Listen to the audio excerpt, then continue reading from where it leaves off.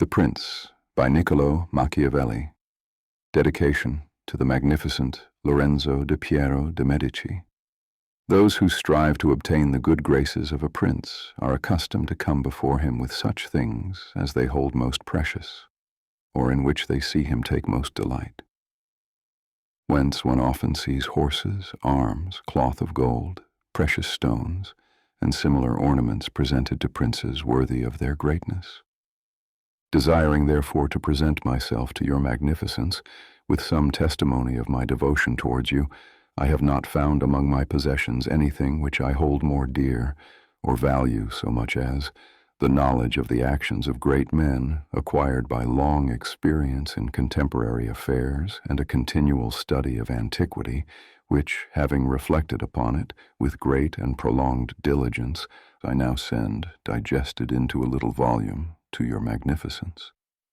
And although I may consider this work unworthy of your countenance, nevertheless, I trust much to your benignity that it may be acceptable, seeing that it is not possible for me to make a better gift than to offer you the opportunity of understanding, in the shortest time, all that I have learned in so many years, and with so many troubles and dangers, which work I have not embellished with swelling or magnificent words, nor stuffed with rounded periods, nor with any extrinsic allurements or adornments whatever, with which so many are accustomed to embellish their works.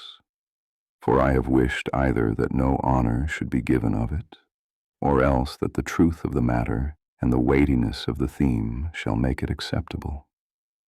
Nor do I hold with those who regard it as a presumption if a man of low and humble condition dare to discuss and settle the concerns of princes, because just as those who draw landscapes place themselves below in the plain to contemplate the nature of the mountains and of lofty places, and in order to contemplate the plains, place themselves upon high mountains, even so to understand the nature of the people it needs to be a prince, and to understand that of princes it needs to be of the people.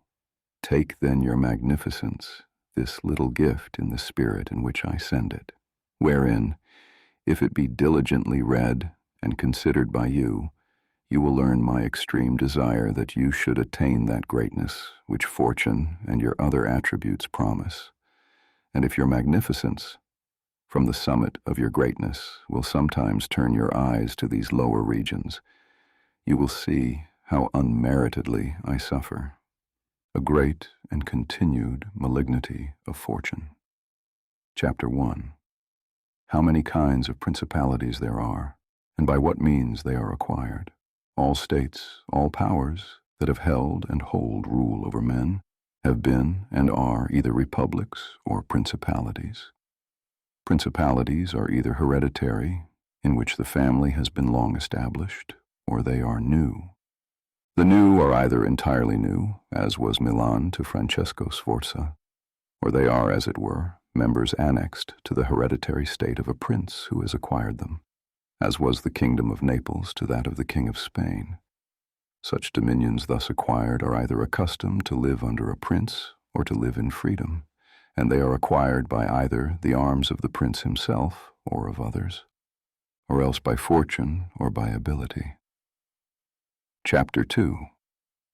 Concerning hereditary principalities, I will leave out all discussion on republics, inasmuch in another place I have written of them at length, and will address myself only to principalities.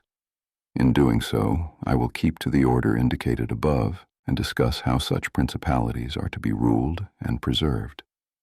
I say at once there are fewer difficulties in holding hereditary states, and those longer accustomed to the family of their prince than new ones.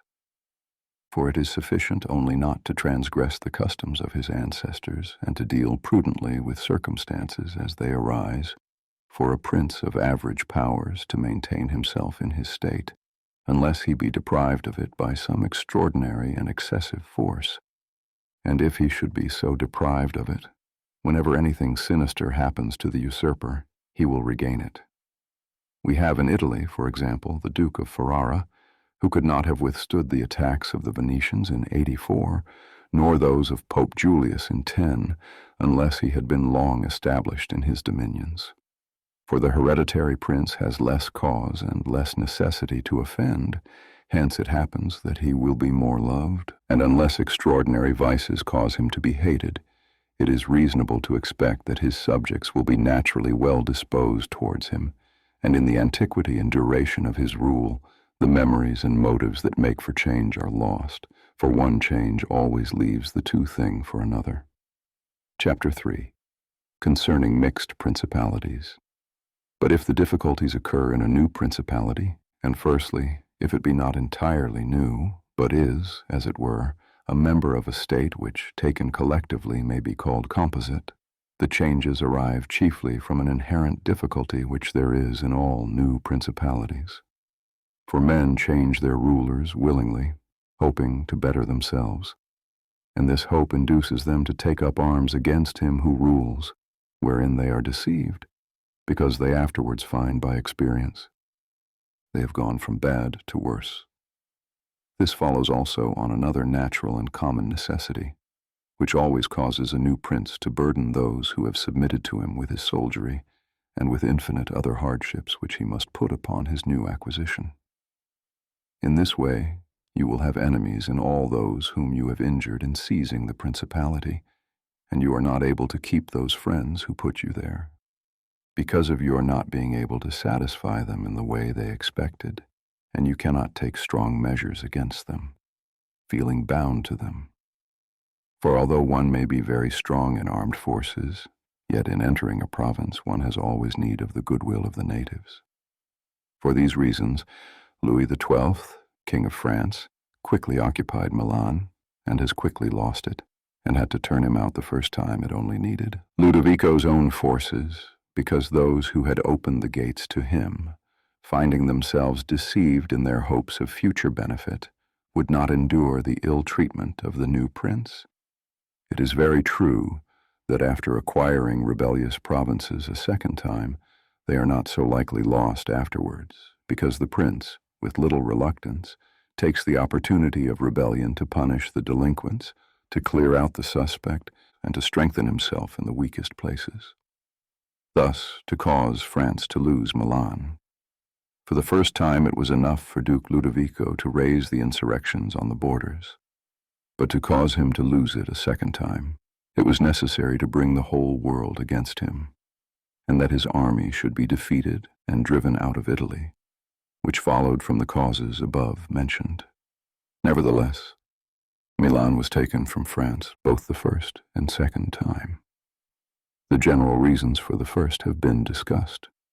It remains to name those for the second, and see what resources he had, and what anyone in his situation would have had for maintaining himself more securely in his acquisition than did the King of France. Now I say that those dominions which, when acquired, are added to an ancient state by him who acquires them, are either of the same country and language, or they are not. When they are, it is easier to hold them, especially when they have not been accustomed to self-government. And to hold them securely is enough to have destroyed the family of the prince who was ruling them, because the two peoples, preserving in other things the old conditions, and not being unlike in customs, will live quietly together, as one has seen in Brittany, Burgundy, Gascony, and Normandy, which have been bound to France for so long a time, and although there may be some difference in language, nevertheless the customs are alike, and the people will easily be able to get on amongst themselves. He who has annexed them, if he wishes to hold them, has only to bear in mind two considerations. The one, that the family of their former lord is extinguished. The other, that neither their laws nor their taxes are altered, so that in a very short time they will become entirely one body with the old principality. But when states are acquired in a country differing in language, customs, or laws, there are difficulties, and good fortune and great energy are needed to hold them. And one of the greatest and most real helps would be that he who has acquired them should go and reside there. This would make his position more secure and durable, as it has made that of the Turk in Greece, who, notwithstanding all of the measures taken by him for holding that state, if he had not settled there, would not have been able to keep it. Because if one is on the spot, disorders are seen as they spring up, and one can quickly remedy them. But if one is not at hand, and they are heard of only when they are great, one can no longer remedy them. Besides this, the country is not pillaged by your officials. The subjects are satisfied by prompt recourse to the prince. Thus, wishing to be good, they have more cause to love him, and wishing to be otherwise, to fear him. He who would attack that state from the outside must have the utmost caution. As long as the prince reside there, it can only be wrested from him with the greatest difficulty. The other and better course is to send colonies to one or two places which may be as keys to that state. For it is necessary either to do this or to else keep there a great number of cavalry and infantry. The prince does not spend much on colonies, for with little or no expense he can send them out and keep them there, and he offends a minority only of the citizens from whom he takes lands and houses to give them to the new inhabitants. And those whom he offends, remaining poor and scattered, are never able to injure him, whilst the rest, being uninjured, are easily kept quiet, and at the same time are anxious not to err, for fear should it happen to them, as it has to those who have been despoiled. In conclusion, I say that these colonies are not costly, they are more faithful, they injure less, and the injured, as has been said, being poor and scattered, cannot hurt. Upon this, one has to remark that men ought to be either well treated or crushed, because they avenge themselves of the lighter injuries, of more serious ones they cannot. Therefore, the injury that is done to a man ought to be of such a kind that one does not stand in fear of revenge, but in maintaining armed men there in place of colonies, one spends much more having to consume on the garrison all the income from the state, so that the acquisition turns into a loss, and many more are exasperated because the whole state is injured. Through the shifting of the garrison up and down, all become acquainted with hardship, and all become hostile, and they are enemies who, whilst beaten on their own ground, are able yet to do hurt. For every reason, therefore, such guards are as useless as a colony is useful. Again, the prince who holds a country differing in the above respects ought to make himself the head and defender of his less powerful neighbors, and to weaken the more powerful amongst them, taking care that no foreigner as powerful as himself shall by any accident get a footing there, for it will always happen that such a one will be introduced by those who are discontented, either through excessive ambition or through fear, as one has seen already. The Romans were brought to Greece by the Aetolians, and in every other country where they obtained a footing, they were brought in by the inhabitants. And the usual course of affairs is that, as soon as a powerful foreigner enters a country, all the subject states have drawn to him, moved by the hatred which they feel against the ruling power. So in that respect, to those subject states he is not to take any trouble to gain them over to himself, for the whole of them quickly rally to the state which he has acquired there. He is only to take care that they do not get hold of too much power and too much authority, and then with his own forces and with their good will, he can easily keep down the more powerful of them, as to remain entirely master in the country. And he who does not properly manage this business will soon lose what he has acquired, and whilst he does it, he will have endless difficulties and troubles. The Romans, in the countries which they annexed, observed closely these measures. They sent colonies and maintained friendly relations with the minor powers, without increasing their strength. They kept down the greater and did not allow any strong foreign powers to gain authority. Greece appears to me sufficient for an example. The Achaeans and the Aetolians were kept friendly by them, but the kingdom of Macedonia was humbled. Antiochus was driven out, yet the merits of the Achaeans and the Aetolians never secured for them permission to increase their power, nor did the persuasions of Philip ever induce the Romans to be his friends, without first humbling him. Nor did the influence of Antiochus make them agree that he should retain any lordship over the country. because the Romans did in these instances what all prudent princes ought to do, who have to regard not only present troubles, but also future ones, for which they must prepare with every energy, because when foreseen, it is easy to remedy them. But if you wait until they approach, the medicine is no longer in time, because the malady has become incurable. For it happens in this, as the physicians say, it happens in a hectic fever, that in the beginning of the malady it is easy to cure but difficult to detect. But in the course of time, not having either been detected or treated in the beginning, it becomes easy to detect but difficult to cure. This, it happens in affairs of state. For when the evils that arise that have been foreseen, which it is only given to a wise man to see, they can be quickly redressed. But when, though not having been foreseen, they have been permitted to grow in a way that everyone can see them, there is no longer a remedy. Therefore the Romans, foreseeing troubles, dealt with them at once, and even to avoid a war, would not let them come to a head, for they knew that war is not to be avoided, but it is only to be put off to the advantage of others. Moreover, they wished to fight with Philip and Antiochus in Greece, so not to have to do so in Italy. They could have avoided both. But this they did not wish, nor did that ever please them which is ever in the mouths of the wise ones of our time. Let us enjoy the benefits of the time, but rather the benefits of their own valor and prudence, for time drives everything before it, and is able to bring with it the good as well as the evil, and the evil as well as the good.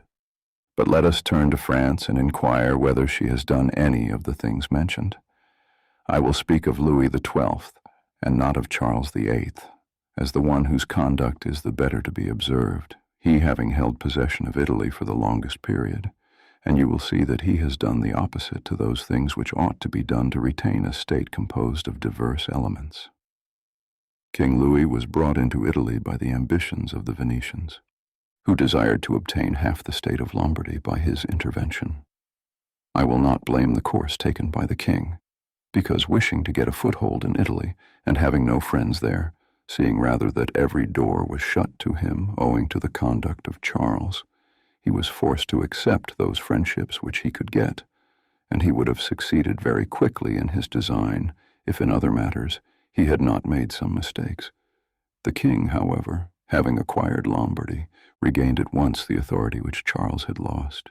Genoa yielded. The Florentines became his friends.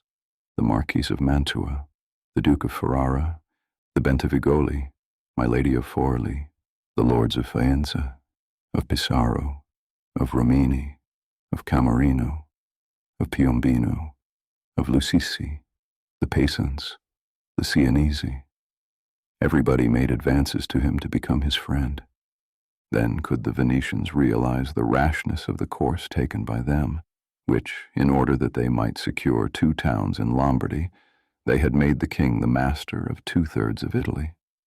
Let anyone now consider with what little difficulty the king could have maintained his position in Italy, had he observed the rules above laid down, and kept all his friends secure and protected, for although they were numerous, they were both weak and timid, some afraid of the church, some of the Venetians, and thus they would always have been forced to stand in with him, and by their means he could easily have made himself secure against those who remained powerful. But he was no sooner in Milan than he did the contrary by assisting Pope Alexander to occupy the Romagna. It never occurred to him that by this action he was weakening himself, depriving himself of friends, and of those who had thrown themselves into his lap, whilst he aggrandized the church by adding much temporal power to the spiritual, thus giving it greater authority. And having committed this prime error, he was obligated to follow it up, so much so that, to put an end to the ambition of Alexander and to prevent his becoming the master of Tuscany, he was forced himself to come to Italy. And as if it were not enough to have aggrandized the church and deprived himself of friends, he, wishing to have the kingdom of Naples divided with the king of Spain, and where he was the prime arbiter in Italy, he takes an associate, so that the ambitious of that country and the malcontents of his own should have somewhere to shelter. And whereas he could have left the kingdom his own pensioner as king, he drove him out, to put one there who was able to drive him, Louis, out in turn. The wish to acquire is in truth very natural and common, and men always do so when they can. And for this they will be praised and not blamed. Yet when they cannot do so, yet wish to do so by any means, then there is folly and blame. Therefore, if France could have attacked Naples with her own forces, she ought to have done so. If she could not, then she ought not to have divided it. And if the partition which she had made with the Venetians and Lombardy was justified by the excuse that by it she got a foothold in Italy, this other partition merited blame, for it had not the excuse of that necessity. Therefore Louis made these 5 errors. He destroyed the minor powers. He increased the strength of one of the greater powers in Italy. He brought in a foreign power. He did not settle in the country. He did not send colonies. Which errors, had he lived, were not enough to injure him? Had he not made a 6th by taking away the dominions from the Venetians? Because, had he not aggrandized the church, nor brought Spain into Italy, it would have been very reasonable and necessary to humble them. But having first taken these steps, he ought never have consented to their ruin, for they, being powerful, would always have kept off others from designs on Lombardy, to which the Venetians would never have consented, except to become the masters themselves there. Also, because the others would not wish to take Lombardy from France in order to give it to the Venetians and to run counter to both, they would not have had the courage. And if anyone should say, King Louis yielded the Romagna to Alexander and the kingdom of Spain to avoid war, I answer for the reasons given above that a blunder ought never to be perpetrated to avoid war, because it is not to be avoided, but is only deferred to your disadvantage. And if another should allege the pledge which the king had given the Pope, that he would assist him in the enterprise, in exchange for the dissolution of his marriage and for the cap to Rouen, to that I reply what I shall write later on concerning the faith of princes and how it ought to be kept. Thus King Louis lost Lombardy by not having followed any of the conditions observed by those who have taken possession of countries and wish to retain them. Nor is there any miracle in this, but much that is reasonable and quite natural. And on these matters I spoke at Nantes with Rouen, and when Valentino, as Cesare Borgia, the son of the Pope Alexander, was usually called, occupied the Romagna, and on Cardinal Rouen, observing to me that the Italians did not understand war, I replied to him that the French did not understand statecraft, meaning that otherwise they would not have allowed the Church to reach such greatness, and in fact it had been seen that the greatness of the Church and of Spain and Italy had been caused by France, and her ruin may be attributed to them. From this a general rule is drawn which never or rarely fails, that he who is the cause of another becoming powerful is ruined because that predominancy has been brought about either by astuteness or else by force, and both are distrusted by him who has been raised to power. Chapter 4. Why the kingdom of Darius, conquered by Alexander, did not rebel against the successors of Alexander at his death. Considering the difficulties which men have to hold on to a newly acquired state, one might wonder how, seeing that Alexander the Great became master of Asia in a few years, and died whilst it was scarcely settled, once it might appear reasonable that the whole empire would have rebelled.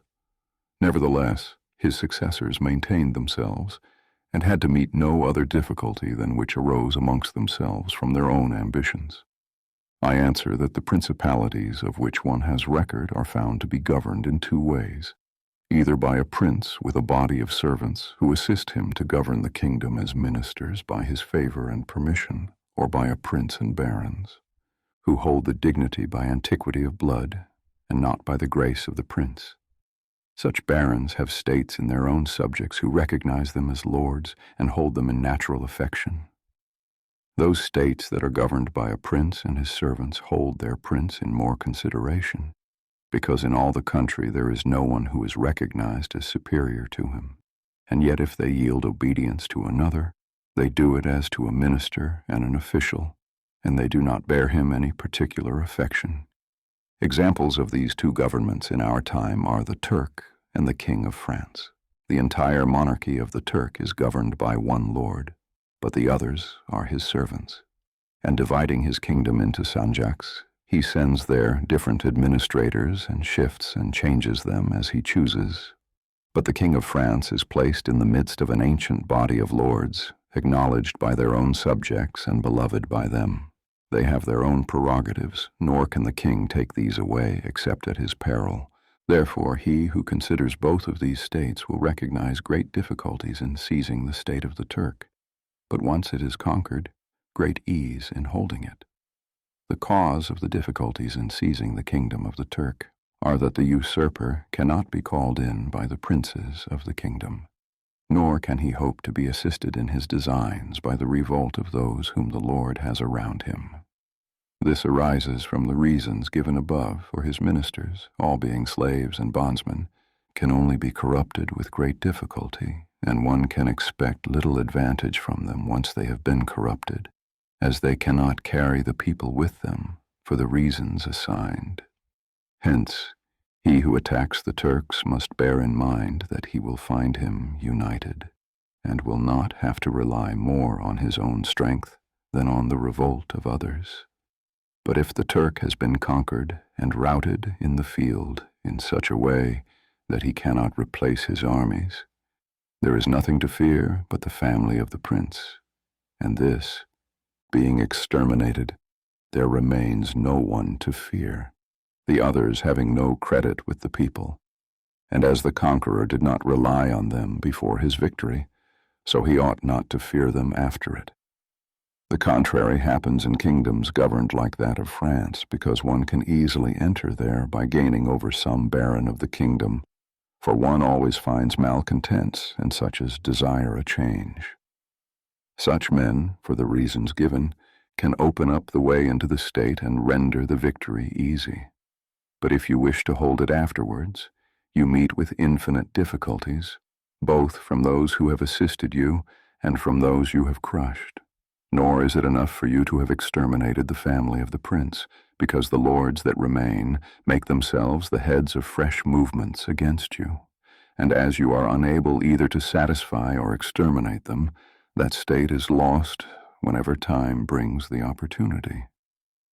Now, if you will consider what is the nature of the government of Darius, you will find it similar to the kingdom of the Turk, and therefore it was only necessary for Alexander first to overthrow him in the field, and then to take the country from him. After which victory, Darius being killed, the state remained secure to Alexander for the above reasons. And if his successors had been united, they would have enjoyed it securely and at their ease, for there were no tumults raised in the kingdom except those they provoked themselves. But it is impossible to hold with such tranquility states constituted like that of France. Hence arose those frequent rebellions against the Romans in Spain, France, and Greece, owing to the many principalities there were in these states, of which, as long as the memory of them endured, the Romans always held an insecure possession. But with the power and long continuance of the empire, the memory of them passed away, and the Romans then became the secure possessors, and when fighting afterwards amongst themselves, each one was able to attach to himself his own parts of the country, according to the authority he had assumed there, and the family of the former lord being exterminated, none other than the Romans were acknowledged. When these things are remembered, no one will marvel at the ease with which Alexander held the empire of Asia, or at the difficulties which others had to keep in acquisition, such as Pyrrhus and many more. This is not occasioned by the little or abundance of ability in the conqueror, but by the want of uniformity in the subject state. Chapter 5. Concerning the way to govern cities or principalities which lived under their own laws before they were annexed. Whenever those states which have been acquired, as stated, have been accustomed to live under their own laws and in freedom, there are three courses for those who wish to hold them. The first is to ruin them. The next is to reside there in person. The third is to permit them to live under their own laws, drawing a tribute and establishing it within an oligarchy which will keep it friendly to you, because such a government, being created by the prince, knows it cannot stand without his friendship and interest, and it does the utmost to support him. and therefore he who would keep a city accustomed to freedom will hold it more easily by means of its own citizens than any other way. There are, for example, the Spartans and the Romans. The Spartans held Athens and Thebes, establishing their own oligarchy. Nevertheless, they lost them. The Romans, in order to hold Capua, Carthage, and Numantia, dismantled them and did not lose them. They wished to hold Greece as the Spartans held it, making it free and permitting its laws, and did not succeed. So to hold it, they were compelled to dismantle many cities in the country. For in truth, there is no safe way to retain them, otherwise by ruining them. And he who becomes master of a city, accustomed to freedom, does not destroy it, may expect to be destroyed by it, for in rebellion it has always the watchword of liberty and its ancient privileges as a rallying point which neither time nor benefits will ever cause it to forget. And whatever you may do or provide against, they never forget that name or their privileges unless they are disunited or dispersed. But at every chance they immediately rally to them, as Pisa after the 100 Years, as she had been held in bondage by the Florentines. But when cities or countries are accustomed to live under a prince, and his family is exterminated, they, being on the one hand accustomed to obey, and on the other not having the old prince, cannot agree in making one from amongst themselves, and they do not know how to govern themselves. For this reason they are very slow to take up arms, and a prince can gain them to himself and secure them much more easily. But in republics there is more vitality, greater hatred, and more desire for vengeance, which will never permit them to allow the memory of their former liberty to rest, so that the safest ways to destroy them ought to reside there. Chapter 6. Concerning new principalities which are acquired by one's own arms and ability. Let no one be surprised if, in speaking of entirely new principalities, as I shall do, I adduce the highest examples of both prince and of state, because men, walking almost always in paths beaten by others and following by imitation of their deeds, are yet unable to keep entirely to the ways of others or attain to the power of those they imitate. A wise man ought always to follow the paths beaten by great men and to imitate those who have been supreme, so that if his ability does not equal theirs, at least it will savor of it. Let him act like the clever archers who, designing to hit the mark which yet appears too far distant, and knowing the limits to which the strength of their bow attains, take aim much higher than the mark, not to reach by their strength or arrow so great a height, but to be able, with the aid of so high an aim, to hit the mark they wish to reach. I say, therefore, that in entirely new principalities, where there is a new prince, more or less difficulty is found in keeping them accordingly, as there is more or less ability in him who acquired the state. Now, as the fact of becoming a prince from a private station presupposes either ability or fortune, it is clear that one or other of these things will mitigate in some degree many difficulties. Nevertheless, he who has relied least on fortune is established the strongest. Further, it facilitates matters when the prince, having no other state, is compelled to reside there in person. But to come to those who, by their own ability, and not through fortune, have risen to be princes, I say that Moses, Cyrus, Romulus, Theseus, and such like are the most excellent examples. And although one may not discuss Moses, he having been a mere executor of the will of God, yet he ought to be admired, if only for that favor which made him worthy to speak with God. But in considering Cyrus and the others, who have acquired or founded kingdoms, all will be found admirable, and if their particular deeds and conducts should be considered, they will not be found inferior to those of Moses, although he had so great a preceptor. And in examining their actions and lives, one cannot see that they owed anything to fortune beyond opportunity, which brought them the material to mold into the form which seemed best to them. Without that opportunity, their powers of mind would have been extinguished, and without those powers, the opportunity would have come in vain. It was necessary, therefore, to Moses, that he should find the people of Israel in Egypt enslaved and oppressed by the Egyptians, in order that they should be disposed to follow him, so as to be delivered out of bondage. It was necessary that Romulus should not remain in Alba, and that he should be abandoned at his birth, in order that he should become the king of Rome and founder of the fatherland. It was necessary that Cyrus should find the Persians discontented with the government of the Medes, and the Medes soft and effeminate through their long peace. Theseus could not have shown his ability had he not found the Athenians dispersed.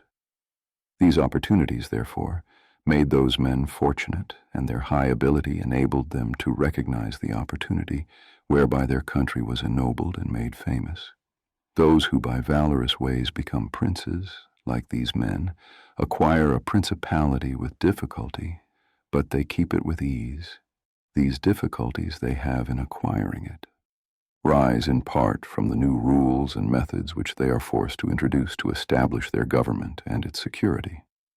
And it ought to be remembered that there is nothing more difficult to take in hand, more perilous to conduct, or more uncertain in its success than to take the lead in the introduction of a new order of things, because the innovator has for enemies all those who have done well under the old conditions, and lukewarm defenders in those who may do well under the new.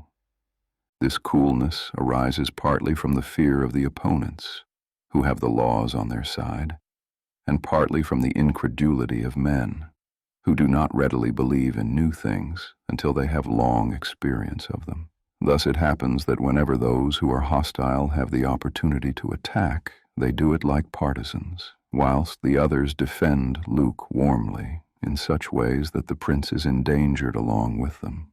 It is necessary, therefore, if we desire to discuss the matter thoroughly, to inquire whether these innovators can rely on themselves or have to depend on others.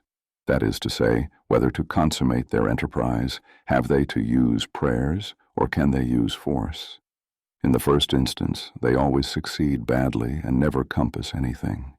But when they can rely on themselves and use force, then they are rarely endangered. Hence it is that all armed prophets have conquered and the unarmed ones have been destroyed. Besides the reasons mentioned, the nature of the people is variable, and whilst it is easy to persuade them, it is difficult to fix them in that persuasion.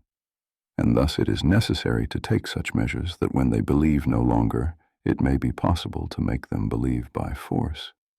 If Moses, Cyrus, Theseus, and Romulus had been unarmed, they could not have enforced their constitutions for so long as happened in our time to Fra Girolamo Savonarola, who was ruined with his new order of things. Immediately the multitude believed in him no longer, and he had no means of keeping steadfast those who believed or of making the unbelievers to believe. Therefore such as these have great difficulties in consummating their enterprise, for all their dangers are yet in the ascent, yet with ability they will overcome them. But when these are overcome, and those who envied them their success are exterminated, they will begin to be respected.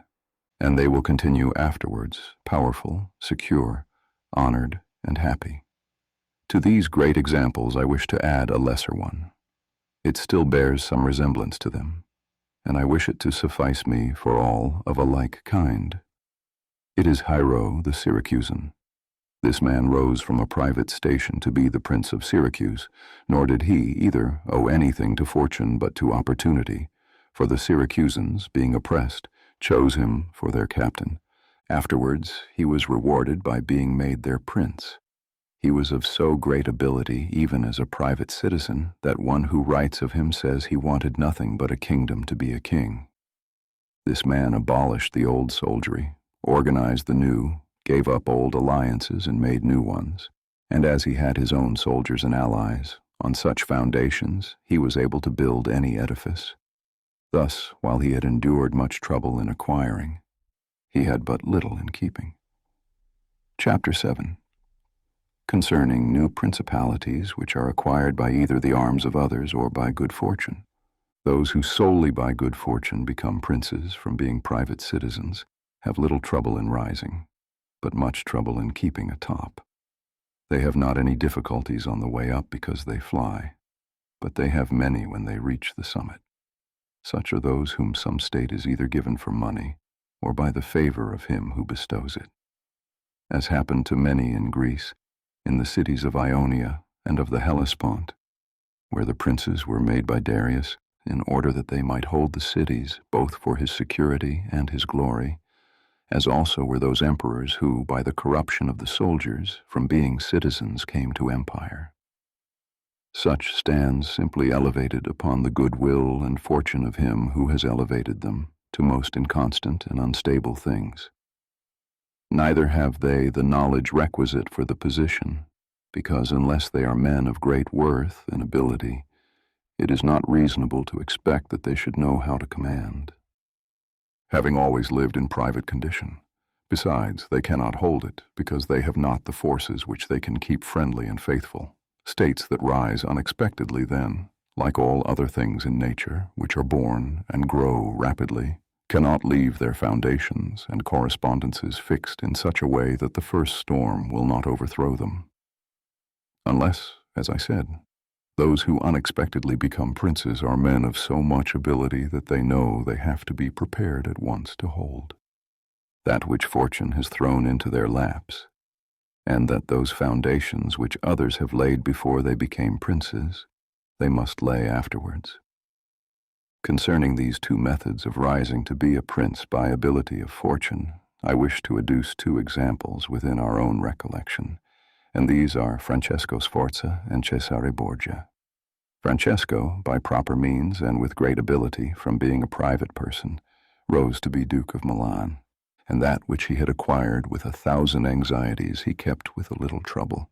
On the other hand, Cesare Borgia, called by the people the Duke Valentino, acquired his state during the ascendancy of his father, and on its decline he lost it, notwithstanding that he had taken every measure and done all that ought to be done by a wise and able man to fix firmly his roots in the states which the arms and fortunes of others had bestowed upon him. Because, as is stated above, he who has not first laid his foundations may be able with great ability to lay them afterwards, but they will be laid with trouble to the architect and danger to the building. If therefore all the steps taken by the Duke be considered, it will be seen that he laid solid foundations for his future power, and I do not consider it superfluous to discuss them, because I do not know what better precepts to give a new prince than the example of his actions. And if his dispositions were of no avail, that was not his fault, but the extraordinary and extreme malignity of fortune. Alexander VI, in wishing to aggrandize the Duke, his son, had many immediate and prospective difficulties. First, he did not see his way to make him master of any state that was not a state of the Church. And if he was willing to rob the Church, he knew that the Duke of Milan and the Venetians would not consent, because Faenza and Rimini were already under the protection of the Venetians. Besides this, he saw the arms of Italy, especially those by which he might have been assisted, in hands that would fear the aggrandizement of the Pope, namely the Orsini and the Colonnesi and their following. It behooved him, therefore, to upset the state of affairs and embroil their powers, so as to make himself securely master of part of their states. This was easy for him to do because he found the Venetians, moved by other reasons, inclined to bring back the French into Italy. He would not only propose this, but he would render it more easy by dissolving the former marriage of King Louis. Therefore the king came into Italy with the assistance of the Venetians and the consent of Alexander. He was no sooner in Milan than the Pope had soldiers from him for the attempt on Romagna, which yielded to him on the reputation of the king. The Duke, therefore, having acquired Romagna and beaten the Colonnesi, while wishing to hold that and to advance further, was hindered by two things. The one, his forces did not appear to be loyal to him. The other, the goodwill of France. That is to say, he feared that the forces of the Orsini, which he was using, would not stand to him, that not only might they hinder him from winning more, but might themselves seize what he had won, and that the king might also do the same. Of the Orsini, he had a warning when, after taking Faenza and attacking Bologna, he saw them go very unwillingly to that attack, and as to the king, he learned his mind when he made himself, after taking the Duchy of Urbino, attack Tuscany, and the king made him desist from that undertaking. Hence the Duke decided to depend no more on the arms and the luck of others.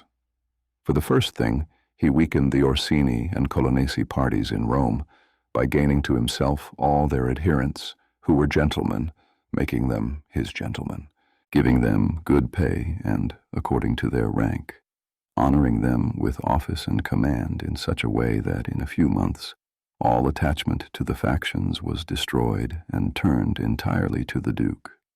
After this, he awaited an opportunity to crush the Orsini, having scattered the adherents of the Colonna house.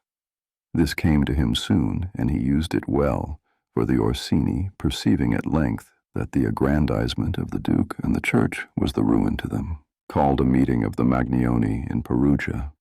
From this sprung the rebellion at Urbino and the tumults in the Romagna, with endless dangers to the Duke, all of which he overcame with the help of the French. Having restored his authority, not to leave it at risk by trusting either to the French or to other outside forces, he had recourse to his wiles, and he knew so well how to conceal his mind that, by the mediation of Signor Pagolo, whom the Duke did not fail to secure with all kinds of attention, giving him money, apparel, and horses, the Orsini were reconciled so that their simplicity brought them into his power at Sinigalia. Having exterminated the leaders and turned their partisans into his friends, the Duke laid sufficiently good foundations to his power. Having all the Romagna and the Duchy of Urbino, and all the people now beginning to appreciate their prosperity, he gained them all over to himself. And as this point is worthy of notice, and to be imitated by others, I'm not willing to leave it out. When the Duke occupied the Romagna, he found it under the rule of weak masters, who rather plundered their subjects than ruled them, who gave them more cause for disunion than for union, so that the country was full of robbery, quarrels, and every kind of violence. And so, wishing to bring back peace and obedience to authority, he considered it necessary to give us a good governor. Whereupon he promoted Mesa Romero de Orco, a swift and cruel man, to whom he gave the fullest power. This man in a short time restored peace and unity with the greatest success. Afterwards, the Duke considered that it was not advisable to confer such excessive authority, that he had no doubt but that he would become odious. So he set up a court of judgment in the country under a most excellent president, wherein all cities had their advocates. And because he knew that the past severity had caused some hatred against himself, so to clear himself in the minds of the people and to gain them entirely to himself, he desired to show that if any cruelty had been practiced, it had not originated with him, but with the natural enemies of the minister. Under this pretense, he took Ramiro, and one warning caused him to be executed and left on the piazza at Cesena, with the block and the bloody knife at his side. The barbarity of this spectacle caused the people to be at once satisfied and dismayed. But let us return once we've started. I say that the Duke, finding himself now sufficiently powerful and partly secured from immediate dangers by having armed himself in his own way, and having in a great measure crushed those forces in his vicinity that could injure him if he wished to proceed with his conquest, had next to consider France, for he knew that the king, who was too late aware of his mistake, would not support him. And from this time he began to new alliances, and to temporize with France in the expedition which she was making towards the kingdom of Naples against the Spaniards, who were besieging Gaeta. It was his intention to secure himself against them, and this he would quickly have accomplished had Alexander lived.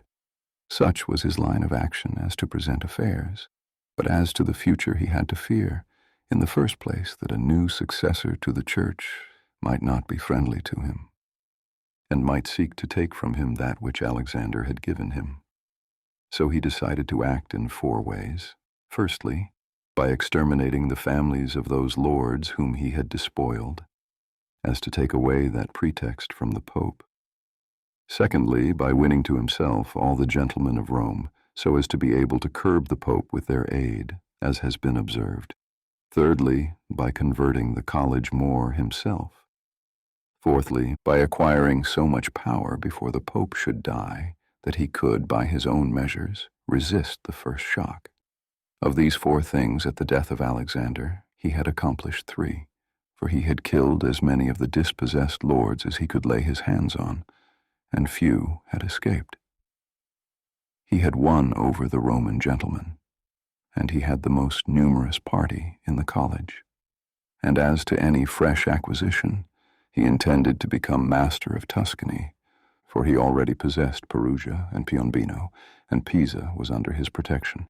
And as he had no longer to study France, for the French were already driven out of the kingdom of Naples by the Spaniards, and in this way both were compelled to buy his goodwill, he pounced down upon Pisa.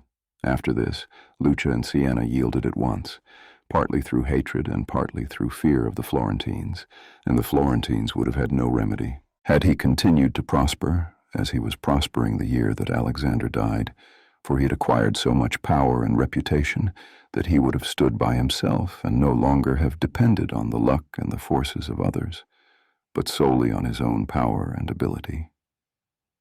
But Alexander died 5 years after he had first drawn the sword. He left the Duke with the state of Romagna alone consolidated, with the rest in the air between two most powerful hostile armies and sick unto death.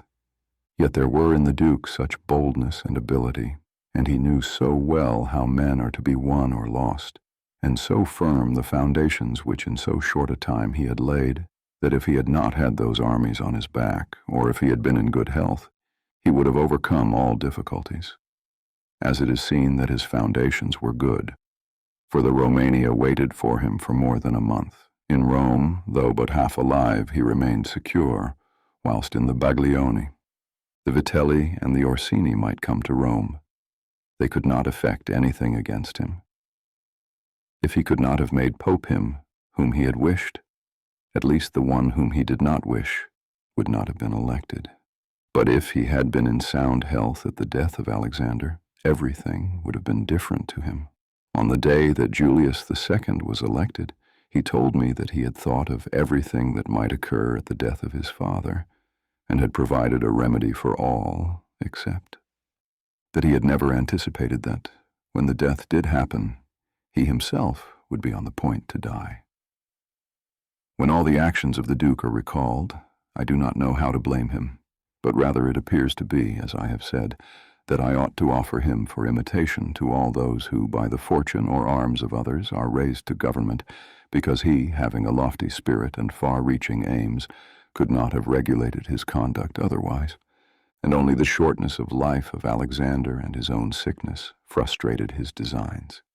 Therefore, he who considers it necessary to secure himself in his new principality, to win friends, to overcome either by force or fraud, to make himself beloved and feared by the people, to be followed and revered by the soldiers, to exterminate those who have power or reason to hurt him, to change the old order of things for new, to be severe and gracious, magnanimous and liberal, to destroy a disloyal soldiery and create new, to maintain friendship with kings and princes in such a way that they must help him with zeal and defend him with caution, cannot find a more lively example than the actions of this man.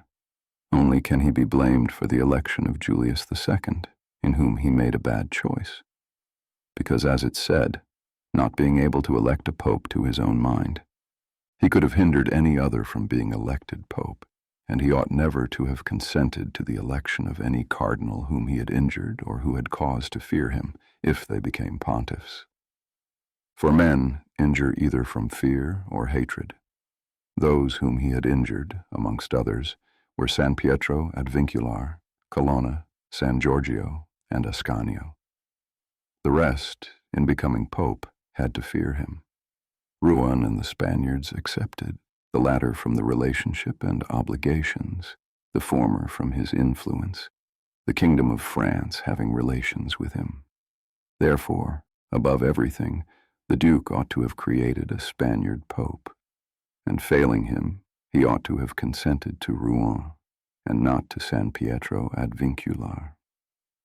He who believes that new benefits will cause great personages to forget old injuries is deceived. Therefore, the Duke erred in his choice, and it was the cause of his ultimate ruin. Chapter 8. Concerning those who have obtained a principality by wickedness. Although a prince may rise from a private station in two ways, neither of which can be entirely attributed to fortune or genius, Yet it is manifest to me that I must not be silent on them, although one could be more copiously treated when I discuss republics. These methods are when, either by some wicked or nefarious ways, one ascends to the principality, or when, by the favor of his fellow citizens, a private person becomes the prince of his country. And speaking of the first method, it will be illustrated by two examples, one ancient, the other modern. And without entering further into the subject, I consider these two examples will suffice for those who may be compelled to follow them. Through all the changes in his fortunes, always led an infamous life. Nevertheless, he accompanied his infamies with so much ability of mind and body that, having devoted himself to the military profession, he rose through its ranks to be praetor of Syracuse. Being established in that position, and having deliberately resolved himself to make himself prince and to seize by violence, without obligation to others, that which had been conceded to him by assent, he came to an understanding for this purpose with Hamilcar the Carthaginian, who with his army was fighting in Sicily. One morning he assembled the people in the Senate of Syracuse, as if he had to discuss with them things relating to the Republic. And at the given signal, the soldiers killed all the senators and the richest of the people. These dead, he seized and held the princedom of that city without any civil commotion. And although he was twice routed by the Carthaginians and ultimately besieged, yet not only was he able to defend his city, but leaving part of his men for its defense, with the others he attacked Africa, and in a short time raised the siege of Syracuse. The Carthaginians, reduced to extreme necessity, were compelled to come to terms with Agathocles and leave Sicily to him, and had to be content with the possession of Africa. Therefore, he who considers the actions and genius of this man will see nothing or little which can be attributed to fortune, inasmuch as he attained preeminence. As is shown above, not by the favor of anyone, but step by step in the military profession, which steps were gained with 1,000 troubles and perils, and were afterwards boldly held by him with many hazardous dangers. Yet it cannot be called talent to slay fellow citizens and to deceive friends, to be without faith, without mercy, without religion. Such methods may gain empire, but not glory. Still, if the courage of Agathocles in entering into and extricating himself from dangers be considered, together with his greatness of mind and enduring and overcoming hardships, it cannot be seen where he should be esteemed less than the most notable captain. Nevertheless, his barbarous cruelty and inhumanity, with infinite wickedness, do not permit him to be celebrated among the most excellent men. What he achieved cannot be attributed either to fortune or genius. In our times, during the rule of Alexander VI, Oliverotto de Fermo, having been left an orphan many years before, was brought up by his maternal uncle, Giovanni Fogliani, and in the early days of his youth sent to fight under Pagolo Vitelli, that being trained under his discipline, he might attain some high position in the military profession. After Pagolo died, he fought under his brother Vitellozzo, and in the very short time, being endowed with wit and a vigorous body and mind, he became the first man in his profession. But it appearing a paltry thing to serve under others, he resolved, with the aid of some citizens of Fermo, to whom the slavery of their country was dearer than its liberty, and with the help of Vitellozzi, to seize Fermo. So he wrote to Giovanni Fogliani that, having been away from home for many years, he wished to visit him in his city, and in some measure to look upon his patrimony. And although he had not labored to acquire anything except honor, yet, in order that the citizens should see that he had not spent his time in vain, he desired to come honorably, so he would be accompanied by 100 horsemen, his friends and retainers. And he entreated Giovanni to arrange that he should be received honorably by the Fermians, all of which would be not only to his honor, but also to that of Giovanni himself, who had brought him up. Giovanni, therefore, did not fail in any attentions due his nephew, and he caused them to be honorably received by the Fermians. And he lodged him in his own house, where, having passed some days, and having arranged that was necessary for his wicked designs, Oliver Otto gave a solemn banquet to which he invited Giovanni Fogliani and the chiefs of Fermo, When the viand and all the other entertainments that are usual in such banquets were finished, Oliver Otto artfully began certain grave discourses, speaking of the greatness of Pope Alexander and his son Cæsar, and of their enterprises. To which discourse Giovanni and the others answered. He rose at once, saying that such matters ought to be discussed in a more private place, and he betook himself to a chamber, where the Giovanni and the rest of the citizens went in after him. No sooner were they seated than soldiers issued from secret places and slaughtered Giovanni and the rest. After these murders, Oliver Otto mounted on horseback, rode up and down the town, and besieged the chief magistrate in the palace, so that in fear the people were forced to obey him and form a government of which he made himself the prince.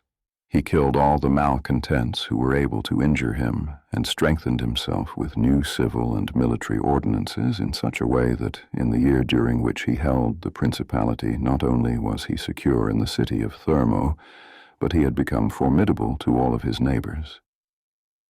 And his destruction would have been as difficult as that of Agathocles, if he had not allowed himself to be overreached by Cæsar Borgia, who took him with the Orsini and the Vitelli as Signa Gallia, as was stated above. Thus, 1 year after he had committed this parasite, he was strangled, together with Vitellozzo, whom he had made his leader in valor and wickedness. Some may wonder how it can happen that Agathocles and his like, after infinite treacheries and cruelties, should live for long secure in his country, and defend himself from external enemies and never be conspired against by his own citizens, seeing that many others, by means of cruelty, have never been able, even in peaceful times, to hold the state, still less than in doubtful times of war. I believe that this follows from severities being badly or properly used. Those may be called properly used if of evil it is possible to speak well, that are applied at one blow and are necessary to one's security, and that are not persisted in afterwards unless they can be turned to the advantage of the subjects. The badly employed are those which, notwithstanding, they may be few in the commencement, multiply with time rather than decrease. Those who practice the first system are able, by the aid of God or man, to mitigate in some degree their rule, as Agathocles did. It is impossible for those who follow the other to maintain themselves. Hence it is to be remarked that in seizing a state, the usurper ought to examine closely into all those injuries which it is necessary for him to inflict, and to do them all at one stroke, so as not to have to repeat them daily, and thus, by not unsettling men, he will be able to reassure them and win them to himself by benefits. He who does otherwise, either from timidity or from evil advice, is always compelled to keep the knife in his hand. Neither can he rely on his subjects, nor can they attach themselves to him, owing to their continued and repeated wrongs. For injuries ought to be done all at one time, so that being tasted less they offend less. Benefits ought to be given little by little, so that the flavor of them may last longer. And above all things, a prince ought to live amongst his people in such a way that no unexpected circumstances, whether for good or evil, shall make him change. Because if the necessity for this comes in troubled times, you are too late for harsh measures, and mild ones will not help you, for they will be considered as forced from you, and no one will be under any obligation to you for them. Chapter 9. Concerning a civil principality. But coming to the other point where a leading citizen becomes the prince of his country, not by wickedness or any intolerable violence, but by the favor of his fellow citizens, this may be called a civil principality, nor is it genius or fortune altogether necessary to attain it, but rather a happy shrewdness. I say then that a principality is obtained either by the favor of the people or by the favor of the nobles, because in all cities these two distinct parties are found. And from this it arises that the people do not wish to be ruled nor oppressed by the nobles, and the nobles wish to rule and oppress the people. And from these two opposite desires there arises in cities one of three results: either a principality, self-government, or anarchy. A principality is either created by the people or by the nobles. accordingly as one or the other of them has the opportunity. For the nobles, seeing that they cannot withstand the people, begin to cry up the reputation of one of themselves, and they make him a prince, so that under his shadow they can give vent to their ambitions. The people, finding that they cannot resist the nobles, also cry up the reputation of one of themselves, and make him a prince, as so to be defended by his authority. He who obtains sovereignty by the assistance of the nobles maintains himself with more difficulty than he who comes to it by the aid of the people, because the former finds himself with many around him who consider themselves as equals, and because of this he can neither rule nor manage them to his liking. But he who reaches sovereignty by popular favor finds himself alone, and has none around him or few who are not prepared to obey him.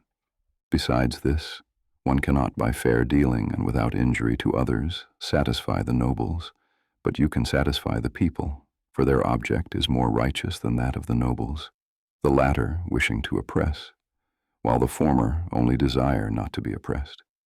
It is to be added also that a prince can never secure himself against the hostile people because of their being too many, whilst from the nobles he can secure himself as they are few in number.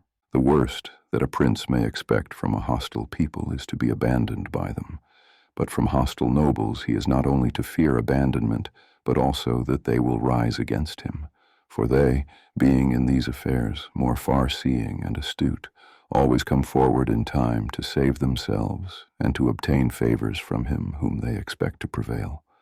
Further, the prince is compelled to live always with the same people, but he can do well without the same nobles, being able to make and unmake them daily, and to give or take away authority when it pleases him. Therefore, to make this point clearer, I say that the nobles ought to be looked at in mainly two ways. That is to say, they either shape their course in such a way as binds them entirely to your fortune, or they do not. Those who so bind themselves and are not rapacious ought to be honored and loved. Those who do not bind themselves may be dealt with in two ways. They may fail to do this through pusillanimity and a natural want of courage, in which case you ought to make use of them, especially those who are of good counsel.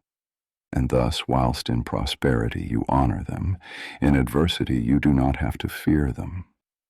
But when for their own ambitious ends they shun binding themselves, it is a token that they are giving more thought to themselves than you, and a prince ought to guard against such, and to fear them as if they were open enemies, because in adversity they always help to ruin him. Therefore, one who becomes a prince through the favor of the people ought to keep them friendly, and this he can easily do, seeing they only ask not to be oppressed by him. But one who, in opposition to the people, becomes a prince by the favor of the nobles, ought above everything to seek to win over the people to himself, and this he may do easily if he takes them under his protection, because men, when they receive good from him, of whom they were expecting evil, are bound more closely to their benefactor. Thus the people quickly become more devoted to him than if he had been raised to the principality by their favors. And the prince can win their affections in many ways, but as these vary according to the circumstances, one cannot give fixed rules, so I omit them. But, I repeat, it is necessary for a prince to have the people friendly, otherwise he has no security in adversity. Nabis, prince of the Spartans, sustained the attack of all Greece and of a victorious Roman army, and against them he defended his country and his government. And for the overcoming of this peril, it was only necessary for him to make himself secure against a few. But this would not have been sufficient had the people been hostile.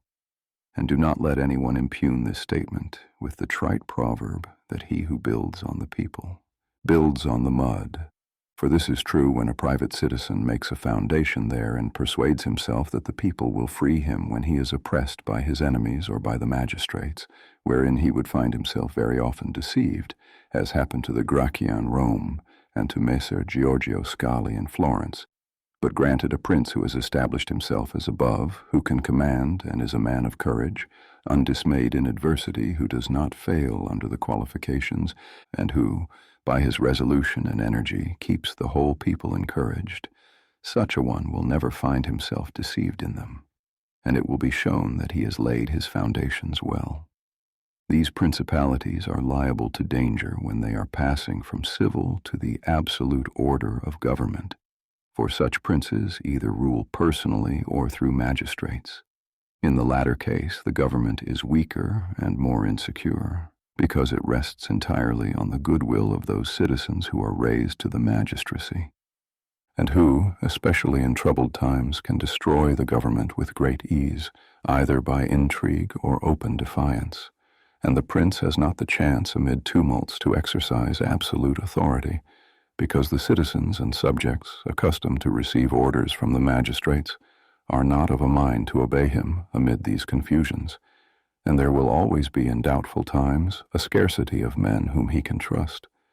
For such a prince cannot rely upon what he observes in quiet times, when citizens have need of the state, because then everyone agrees with him, they all promise, and when death is far distant, they all wish to die for him.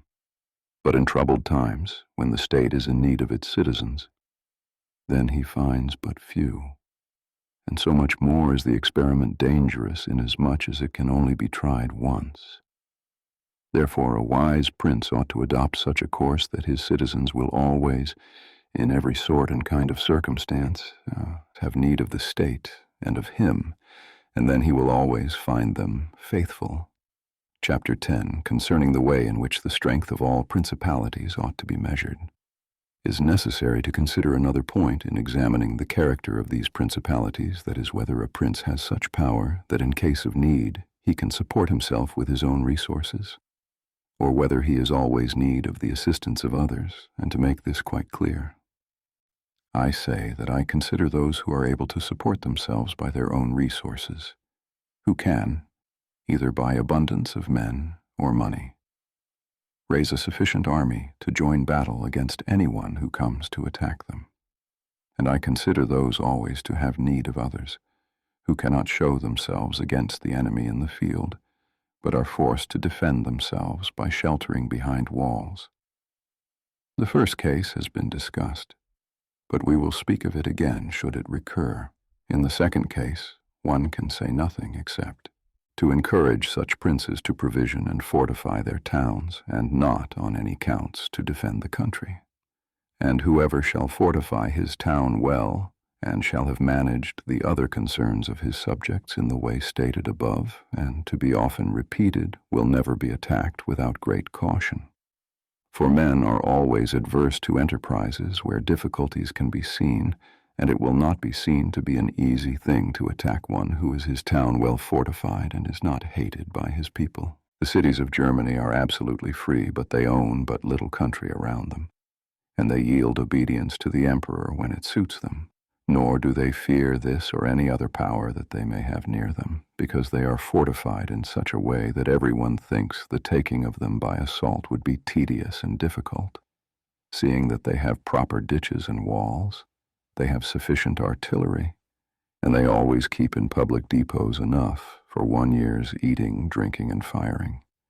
And beyond this, to keep the people quiet and without loss to the state, they always have the means of giving work to the community in those labors that are the life and strength of the city, and on the pursuit of which the people are supported.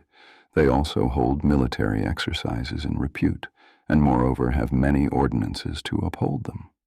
Therefore a prince who has a strong city, and has not made himself odious, will not be attacked, or if anyone should attack, he will only be driven off with disgrace. Again, because the affairs of this world are so changeable, it is almost impossible to keep an army a whole year in the field without being interfered with. And whoever should reply, if the people have property outside the city and see it burnt, they will not remain patient, and the long siege and self-interest will make them forget their prince. To this I answer that a powerful and courageous prince will overcome all such difficulties by giving at one time hope to his subjects that the evil will not be for long. At another time, fear of the cruelty of the enemy, then preserving himself adroitly from those subjects who seem to him to be too bold. Further, the enemy would naturally, on his arrival, at once burn and ruin the country, at the time when the spirits of the people are still hot and ready for the defense, and therefore so much the less ought the prince to hesitate, because after a time when spirits have cooled and the damage is already done, the ills are incurred, and there is no longer any remedy. And therefore they are so much more than ready to unite with the prince, he appearing to be under obligations to them now that the houses have been burnt and the possessions ruined in his defense. For it is the nature of men to be bound by the benefits they confer as much by those as they receive. Therefore, if everything is well considered, it will not be difficult for a wise prince to keep the minds of his citizens steadfast from first to last, when he does not fail to support and defend them. Chapter 11. Concerning ecclesiastical principalities.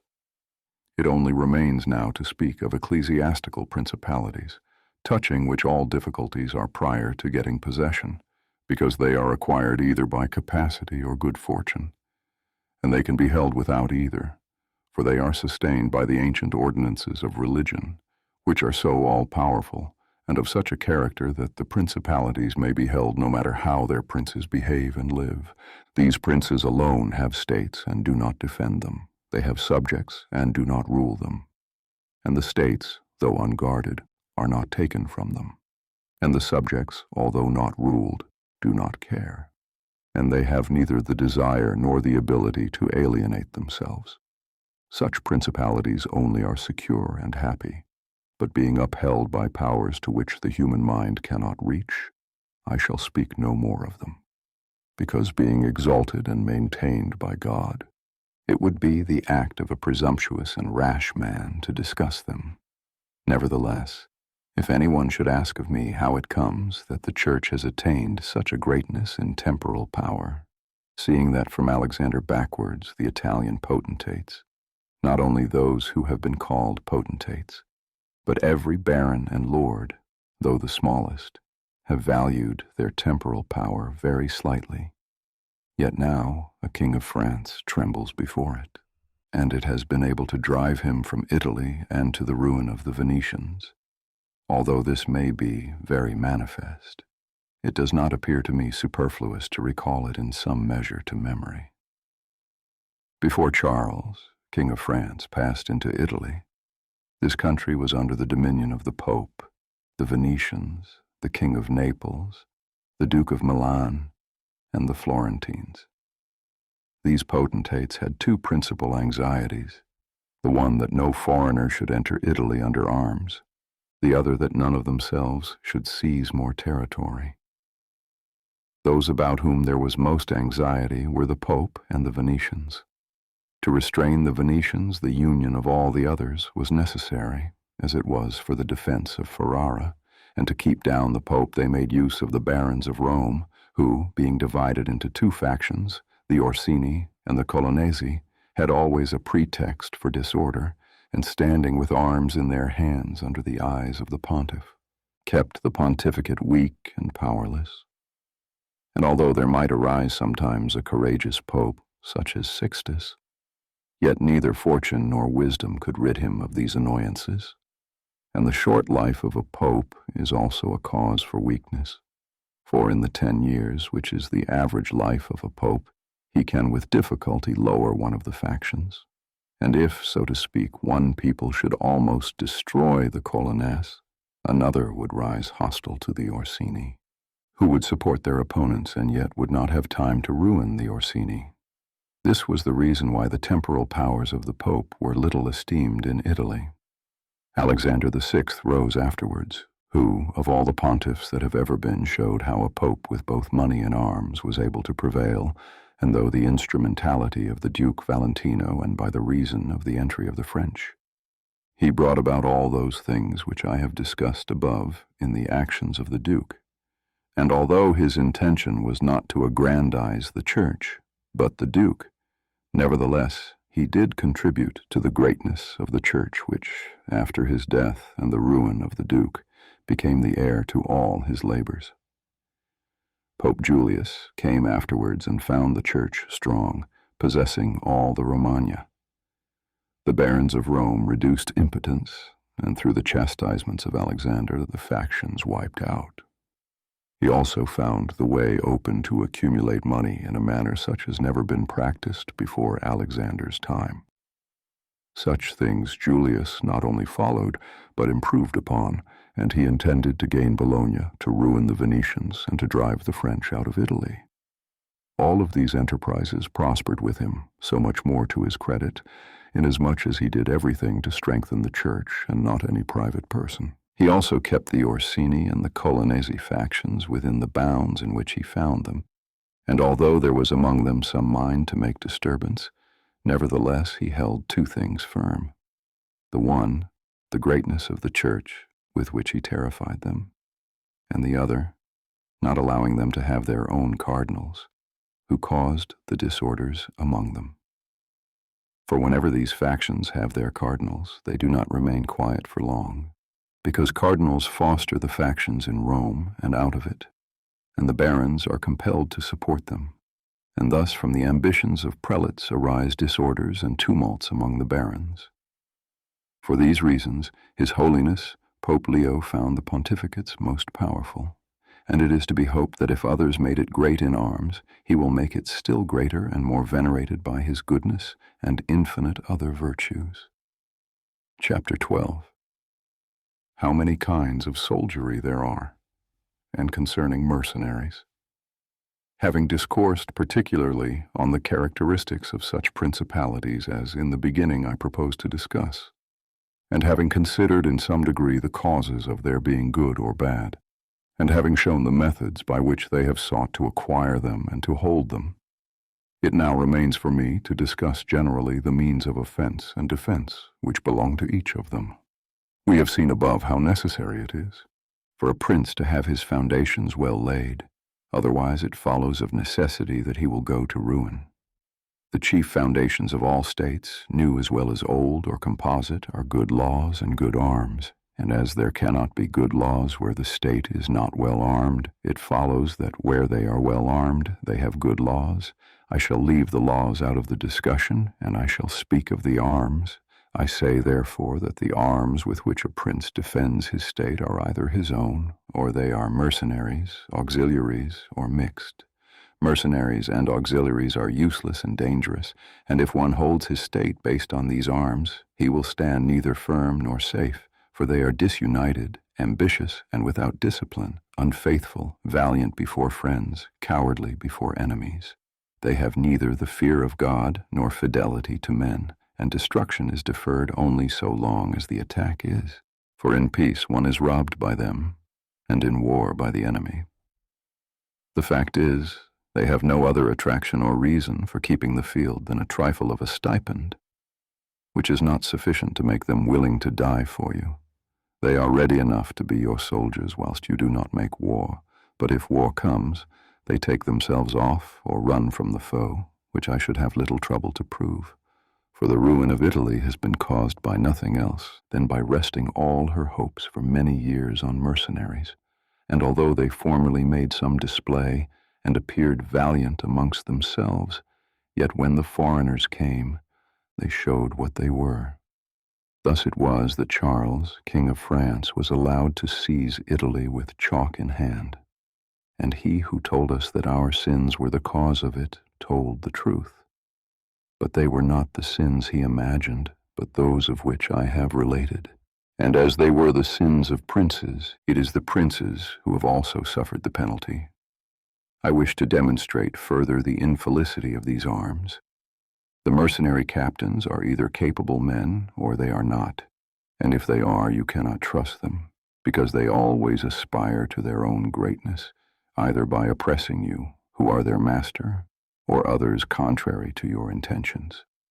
But if the captain is not skillful, you are ruined in the usual way, and if it be urged that whoever is armed will act in the same way, whether mercenary or not, a reply that when arms have been resorted to, either by a prince or a republic, then the prince ought to go in person and perform the duty of a captain.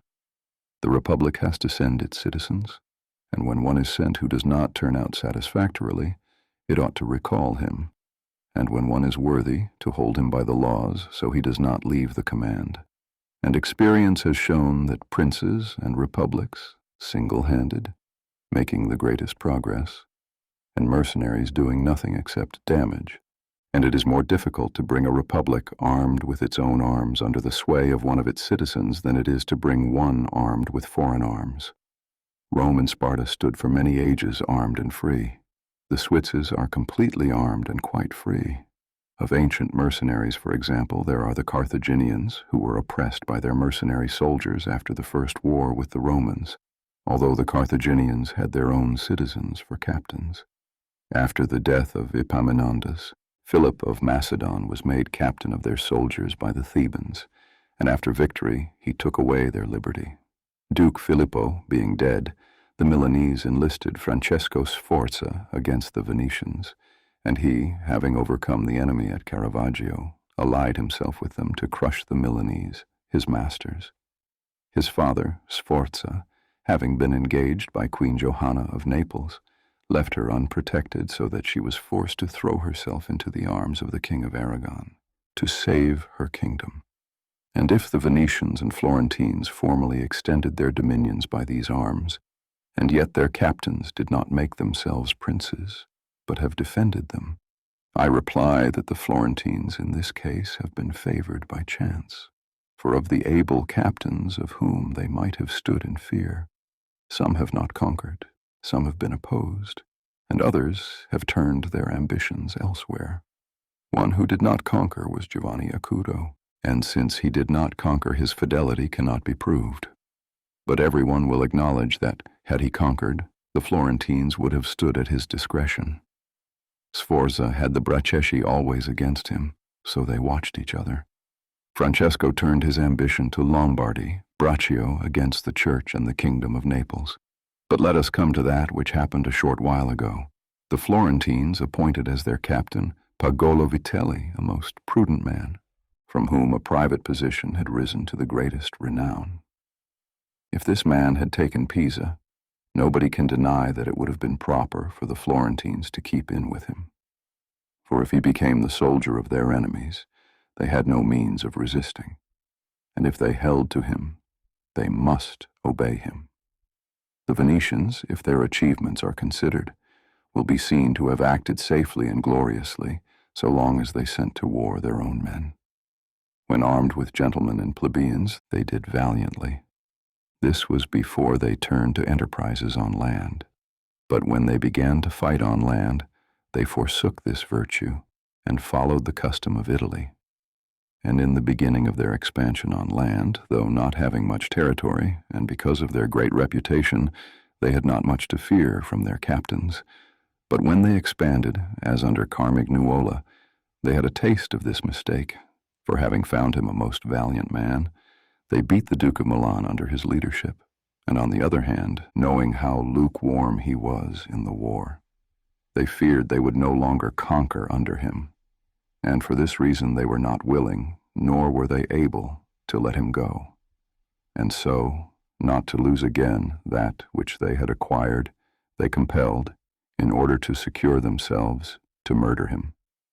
They had afterwards, for their captains, Bartolomeo de Bergamo, Roberto de San Severino, the Count of Pitigliano, and the like, under whom they had to dread loss and not gain, as happened afterwards at Vaila, where in one battle they lost that which in 800 years they had acquired with so much trouble, because from such arms conquests come but slowly, long delayed and inconsiderable, but the losses sudden and portentous.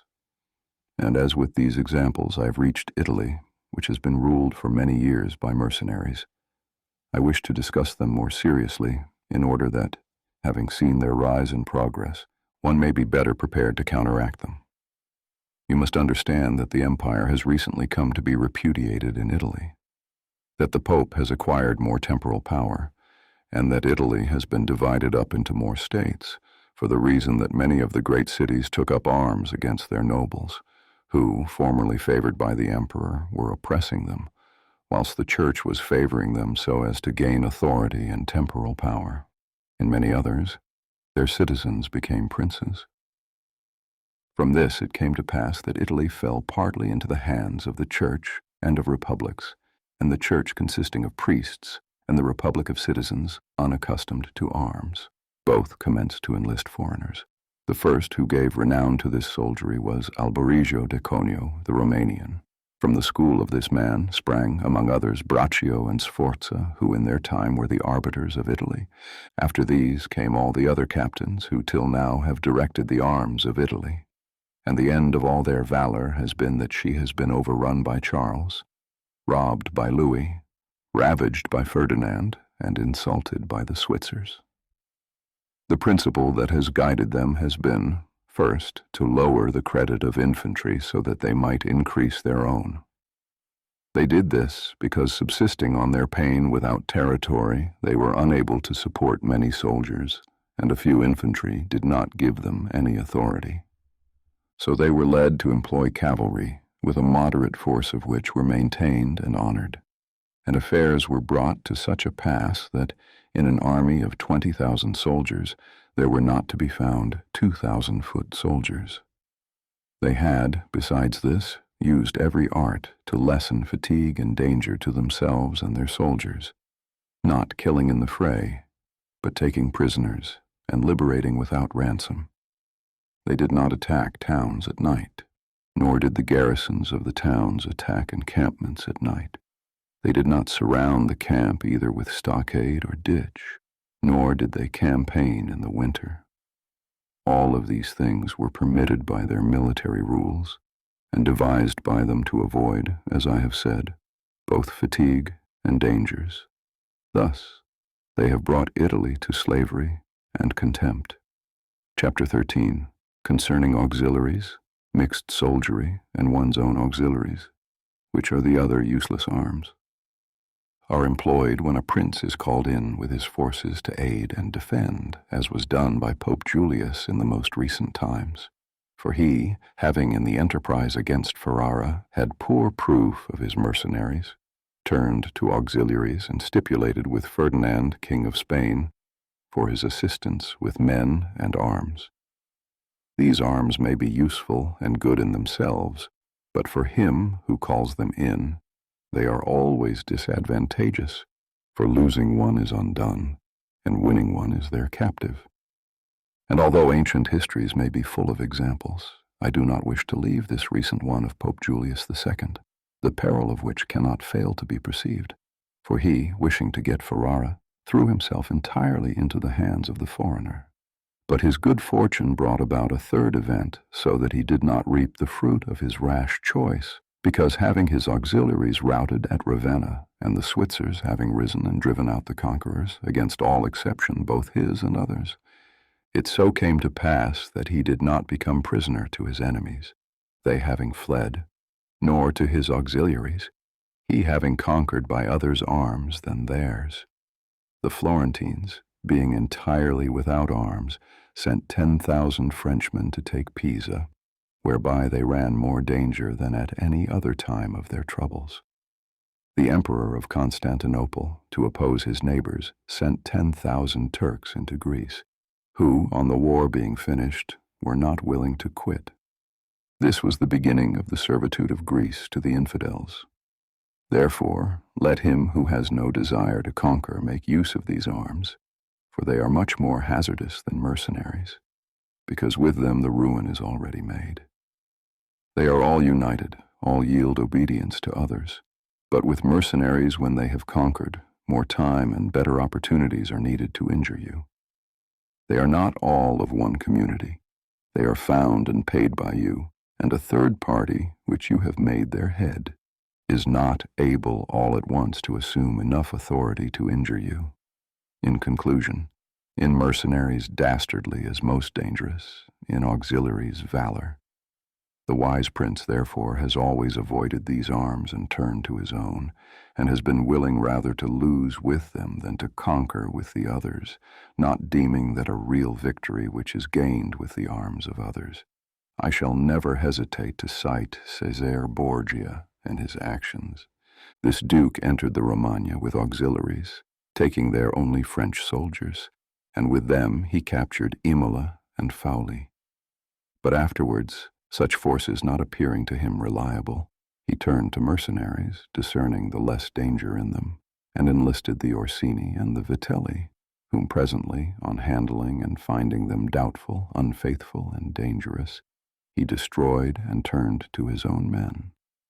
And the difference between one and the other of these forces can easily be seen when one considers the difference there was in the reputation of the Duke. When he had the French, when he had the Orsini and the Vitelli, and when he relied on his own soldiers, on whose fidelity he could always count and found it ever increasing. He was never esteemed more highly than when everyone saw that he was the complete master of his own forces. I was not intending to go beyond Italian and recent examples, but I am unwilling to leave out Hero, the Syracusan, he being one of those I have named above.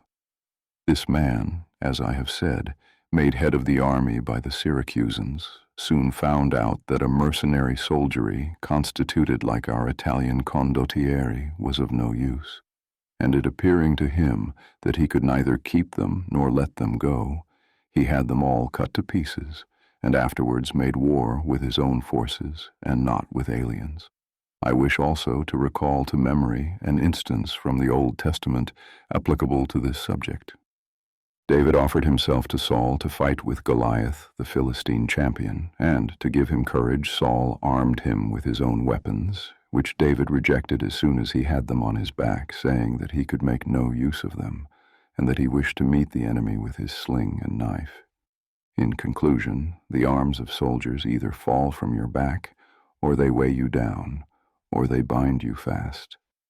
Charles VII, father of King Louis XI, having by good fortune and valor liberated France from the English, recognized the necessity of being armed with forces of his own, and he established in his kingdom ordinances concerning men-at-arms and infantry. Afterwards, his son King Louis abolished the infantry and began to enlist the Switzers, which mistake, followed by others, is, as is now seen, a source of peril to that kingdom, because having raised the reputation of the Switzers, he has entirely diminished the value of his own arms. For he has destroyed the infantry altogether, and his men-at-arms he has subordinated to others. For being as they were so accustomed to fight along with the Switzers, it does not appear that they can now conquer without them. Hence it arises that the French cannot stand against the Switzers, and without the Switzers they do not come off well against the others.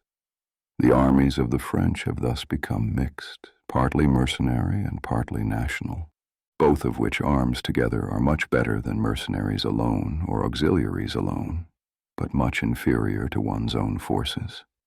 And this example proves it, for the kingdom of France would be unconquerable if the ordinance of Charles had been enlarged or maintained.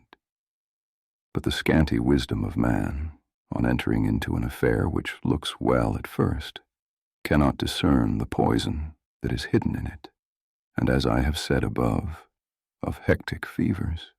Therefore, if he who rules a principality cannot recognize evils until they are upon him, he is not truly wise.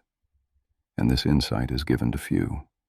And if the first disaster to the Roman Empire should be examined, it will be found to have commenced only with the enlisting of the Goths, because from that time the vigor of the Roman Empire began to decline, and all that valor which had raised it passed away to others.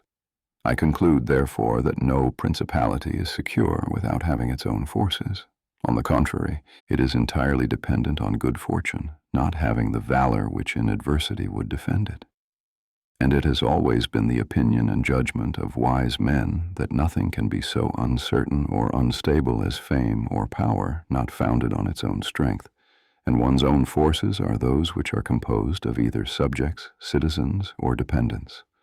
All others are mercenaries or auxiliaries, and the way to make ready one's own forces will be easily found if the rules suggested by me shall be reflected upon, and if one will consider how Philip, father of Alexander the Great, and many republics and princes have armed and organized themselves, to which rules I entirely commit myself. Chapter 14. That which concerns a prince on the subject of the art of war. A prince ought to have no other aim or thought, nor select anything else for his study than war, and its rules and discipline.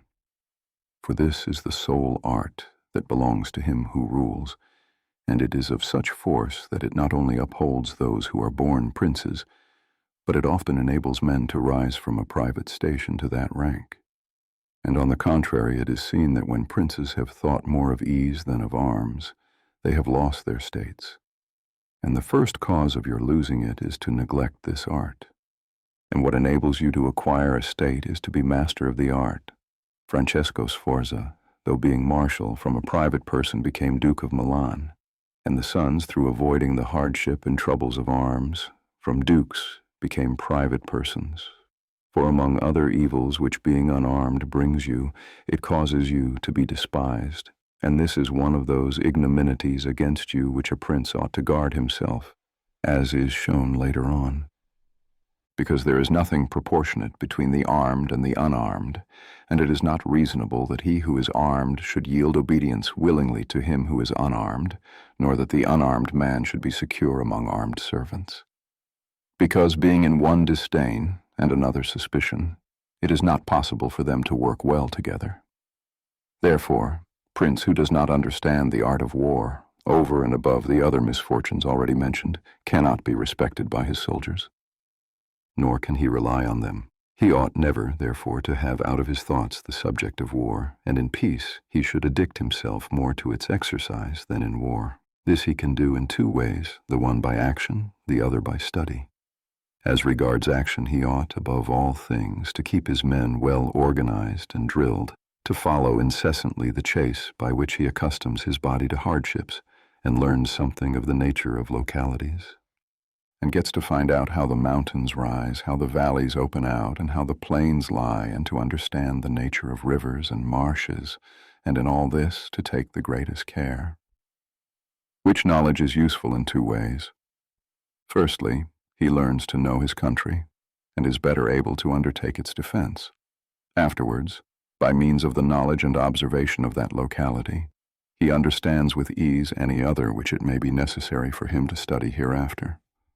Because the hills and valleys and plains and rivers and marshes that are, for instance, in Tuscany, have a certain resemblance to those of other countries, so that with a knowledge of the aspect of one country one can easily arrive at a knowledge of others. And the prince that lacks the skill lacks the essential which it is desirable that a captain should possess, for it teaches him to surprise his enemy, to select quarters, to lead armies, to array the battle, to besiege towns to advantage. Philip Homan, Prince of the Achaeans, among other praises which writers have bestowed upon him, is commended because in time of peace he never had anything on his mind but the rules of war, and when he was in the country with his friends he often stopped and reasoned with them. If the enemy should be upon that hill, and we should find ourselves here with our army, with whom would be the advantage? How should one best advance to meet him, keeping the ranks? If we should wish to retreat, how ought we to pursue? And he would set forth to them, as he went, all the chances that could befall an army. He would listen to their opinion and state his, confirming it with reasons, so that by these continual discussions there could never arise in time of war any unexpected circumstances that he could not deal with. But to exercise the intellect, the prince should read histories, and study there the actions of illustrious men to see how they have borne themselves in war, and to examine the causes of their victories and defeats, as to avoid the latter and imitate the former. And above all, do as an illustrious man did, who took as an exemplar one who had been praised and famous before him, and whose achievements and deeds he always kept in his mind. As it is said, Alexander the Great imitated Achilles, Caesar Alexander, Scipio Cyrus, and whoever reads the life of Cyrus, written by Xenophon, will recognize afterwards in the life of Scipio how that imitation was his glory, and how in chastity, affability, humanity, and liberality Scipio conformed to those things which had been written of Cyrus by Xenophon. A wise prince ought to observe some such rules, and never in peaceful times stand idle, but increase his resources with industry, in such a way that they may be available to him in adversity, so that if fortune chances, it may find him prepared to resist her blows. Chapter 15. Concerning things for which men, and especially princes, are praised or blamed. It remains now to see what ought to be the rules of conduct for a prince towards subject and friends. And as I know that many have written on this point, I expect I shall be considered presumptuous in mentioning it again, especially as in discussing it I shall depart from the methods of other people. But, it being my intention to write a thing which shall be useful to him who apprehends it, it appears to me more appropriate to follow up the real truth of the matter than the imagination of it. For many have pictured republics and principalities which, in fact, have never been known or seen, because how one lives is so far distant from how one ought to live, that he who neglects what is done for what ought to be done soon effects his ruin than his preservation. For a man who wishes to act entirely up to his professions of virtue soon meets with what destroys him among so much that is evil. Hence, it is necessary for a prince wishing to hold his own to know how to do wrong and how to make use of it, or not according to necessity. Therefore, putting on one side imaginary things concerning a prince and discussing those which are real, I say that all men, when they are spoken of, and chiefly princes, for being more highly placed, are remarkable for some of those qualities which brings them either blame or praise. And thus it is one that is reputed liberal, other miserly, using a Tuscan term, because an avaricious person in our language is still he who desires to possess by robbery, whilst we call one miserly, who deprives himself too much of the use of his own. One is reputed generous, one rapacious, one cruel, one compassionate, one faithless, another faithful, one effeminate and cowardly, the other bold and brave, one affable, another haughty, one lavicious, another chaste, one sincere, another cunning, one hard, another easy, one grave, another frivolous, one religious, another unbelieving, and the like. And I know that everyone will confess that it would be most praiseworthy in a prince to exhibit all of the above qualities that are considered good, but because they can neither be entirely possessed nor observed, for human conditions do not permit it, it is necessary for him to be sufficiently prudent that he may know how to avoid the reproach of those vices which would lose him his state, and also keep himself, if it is possible, from those which would not lose him it. But this is not being possible. He may with less hesitation abandon himself to them, and again, he need not make himself uneasy at incurring a reproach for those vices without which a state can only be saved with difficulty. For if everything is considered carefully, it will be found that something which looks like virtue, if followed, would be his ruin, while something else, which looks like vice, yet follows, brings him security and prosperity. 16. Concerning liberality and meanness. Commencing then with the first of the above-named characteristics, I say that it would be well to be reputed liberal. Nevertheless, liberality exercised in a way that does not bring you the reputation for it injures you. For if one exercises it honestly and as it should be exercised, it may not become known, and you will not avoid the reproach of its opposite. Therefore, anyone wishing to maintain among men the name of liberal is obliged to avoid no attribute of magnificence, so that a prince thus inclined will consume in such acts all his property, and will be compelled in the end, if he wish to maintain the name of liberal, to unduly weigh down his people and tax them and do everything he can to get money. This will soon make him odious to his subjects, and becoming poor, he will be little valued by anyone. Thus, with his liberality, having offended many and rewarded few, he is affected by the very first trouble and imperiled by whatever may be the first danger. Recognizing this himself and wishing to draw back from it, he runs at once into the reproach of being miserly. Therefore, a prince, not being able to exercise this virtue of liberality in such a way that it is recognized except to his cost, if he is wise, he ought not to fear the reputation of being mean, for in time he will come to be more considered than if liberal, seeing that with his economy his revenues are enough, that he can defend himself against all attacks and is able to engage in enterprises without burdening his people. Thus it comes to pass that he exercises liberality towards all from whom he does not take, who are numberless, and meanness towards those whom he does not give, who are few. We have not seen great things done in our time, except by those who have been considered mean. The rest have failed.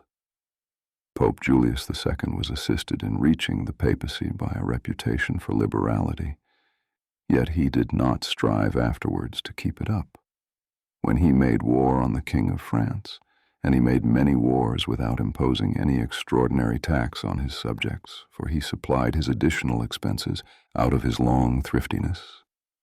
The present King of Spain would not have undertaken or conquered in so many enterprises if he had been reputed liberal.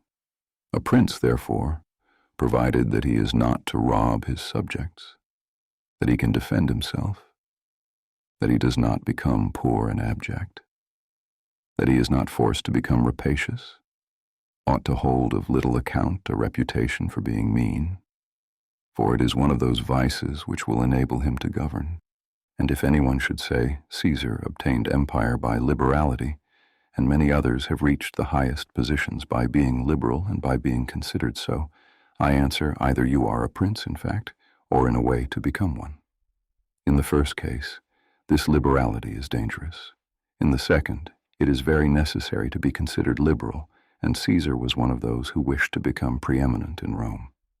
But if he had survived after becoming so, and had not moderated his expenses, he would have destroyed his government.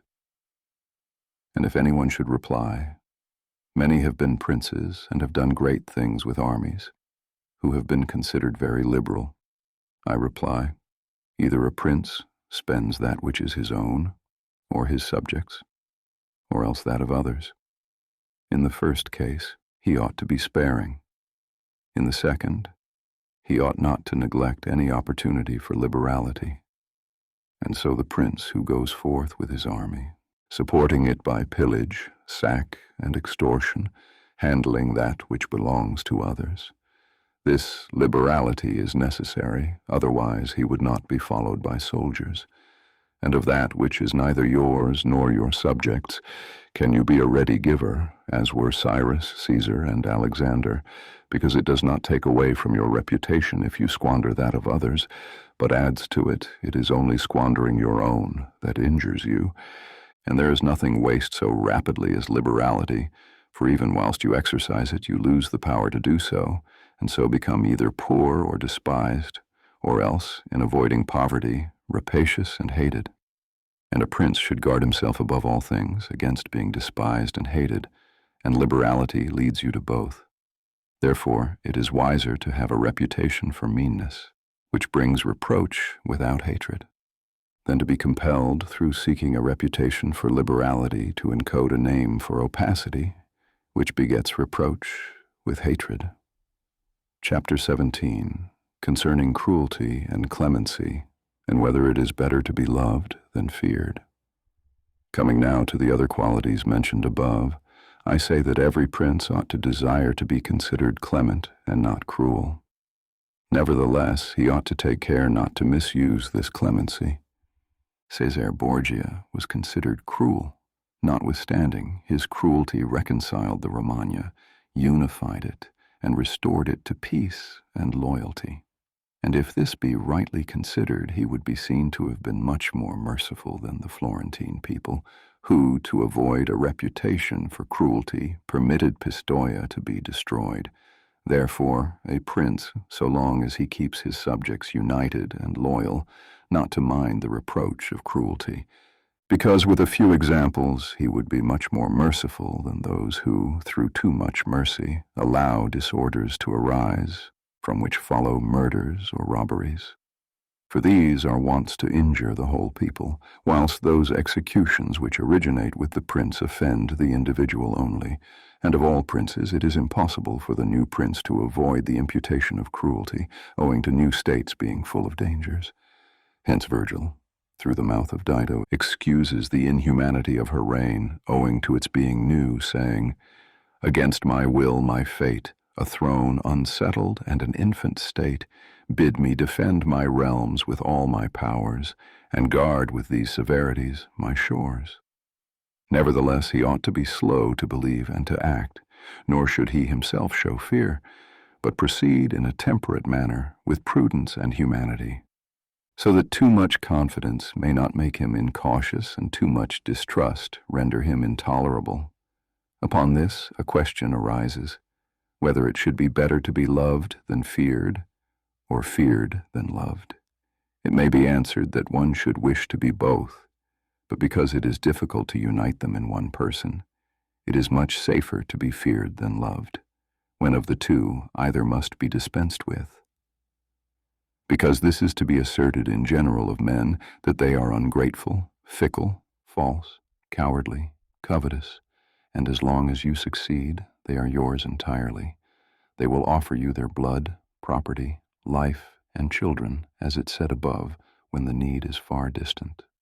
But when it approaches, they turn against you, and that prince who, relying entirely on their promises, has neglected other precautions, is ruined. Because friendships that are obtained by payments and not by greatness or nobility of mind may indeed be earned, but they are not secured, and in time of need cannot be relied upon. And men have less scruple in offending one who is beloved than one who is feared. For love is preserved by the link of obligation, which, owing to the baseness of men, is broken at every opportunity for their advantage.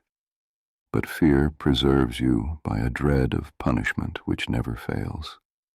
Nevertheless, a prince ought to inspire fear in such a way that, if he does not win love, he avoids hatred, because he can endure very well being feared whilst he is not hated, which will always be as long as he abstains from the property of his citizens and subjects and from their women. But when it is necessary for him to proceed against the life of someone, he must do it on the proper justification and for manifest cause. But above all things, he must keep his hands off the property of others, because men more quickly forget the death of their father than the loss of their patrimony. Besides, pretexts for taking away the property are never wanting, for he who has once begun to live by robbery will always find pretexts for seizing what belongs to others, but reasons for taking life, on the contrary, are more difficult to find and sooner lapse. But when a prince is with his army and has under control a multitude of soldiers, then it is quite necessary for him to disregard the reputation of cruelty, for without it he would never hold his army united or disposed to its duties. Among the wonderful deeds of Hannibal, this one is enumerated, that having led an enormous army, composed of many various races of men, to fight in foreign lands, no dissensions arose, either from among them or against the prince, whether in his bad or in his good fortune. This arose from nothing else than his inhuman cruelty, which, with his boundless valor, made him revered and terrible in the sight of his soldiers. But without that cruelty, his other virtues were not sufficient to produce this effect, and short-sighted writers admire his deeds from one point of view, and from another condemn the principal cause of them. That it is true his other virtues would not have been sufficient for him may be proved by the case of Scipio, that most excellent man, not only of his own times, but within the memory of man, against whom nevertheless his army rebelled in Spain. This arose from nothing but his too great forbearance, which gave his soldiers more license than is consistent with military discipline. For this He was upbraided in the Senate by Fabius Maximus and called the corrupter of the Roman soldiery.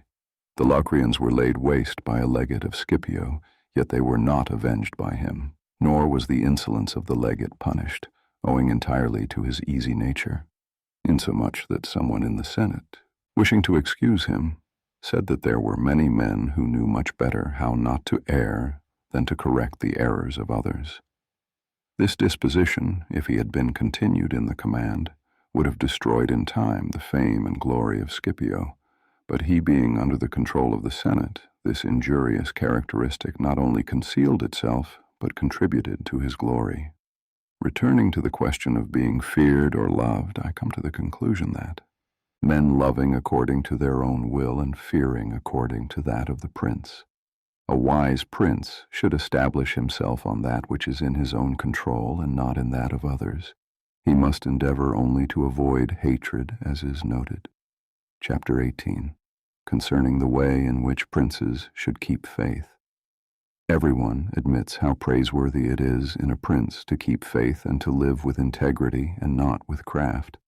Nevertheless, our experience has been that those princes who have done great things have held good faith of little account, and have known how to circumvent the intellect of men by craft, and in the end have overcome those who have relied on their word. You must know that there are two ways of contesting, one by the law, the other by force. The first method is proper to men, the second to beasts. But because the first is frequently not sufficient, it is necessary to have recourse to the second. Therefore, it is necessary for a prince to understand how to avail himself of the beast and the man. This has been figuratively taught to princes by ancient writers, who describe how Achilles and many other princes of old were given to the centaur Chiron to nurse, who brought them up in his discipline, which means solely that, as they had for a teacher one who was half beast and half man, so it is necessary for a prince to know how to make use of both natures, and that one without the other is not durable. A prince, therefore, being compelled knowingly to adopt the beast, ought to choose the fox and the lion, because the lion cannot defend himself against snares, and the fox cannot defend himself against wolves. Therefore it is necessary to be a fox to discover the snares, and a lion to terrify the wolves. Those who rely simply on the lion do not understand what they are about. Therefore a wise lord cannot, nor ought he to, keep faith when such observance may be turned against him, and when the reasons that caused him to pledge it exist no longer. If men were entirely good, this precept would not hold, but because they are bad and will not keep faith with you, you too are not bound to observe it with them.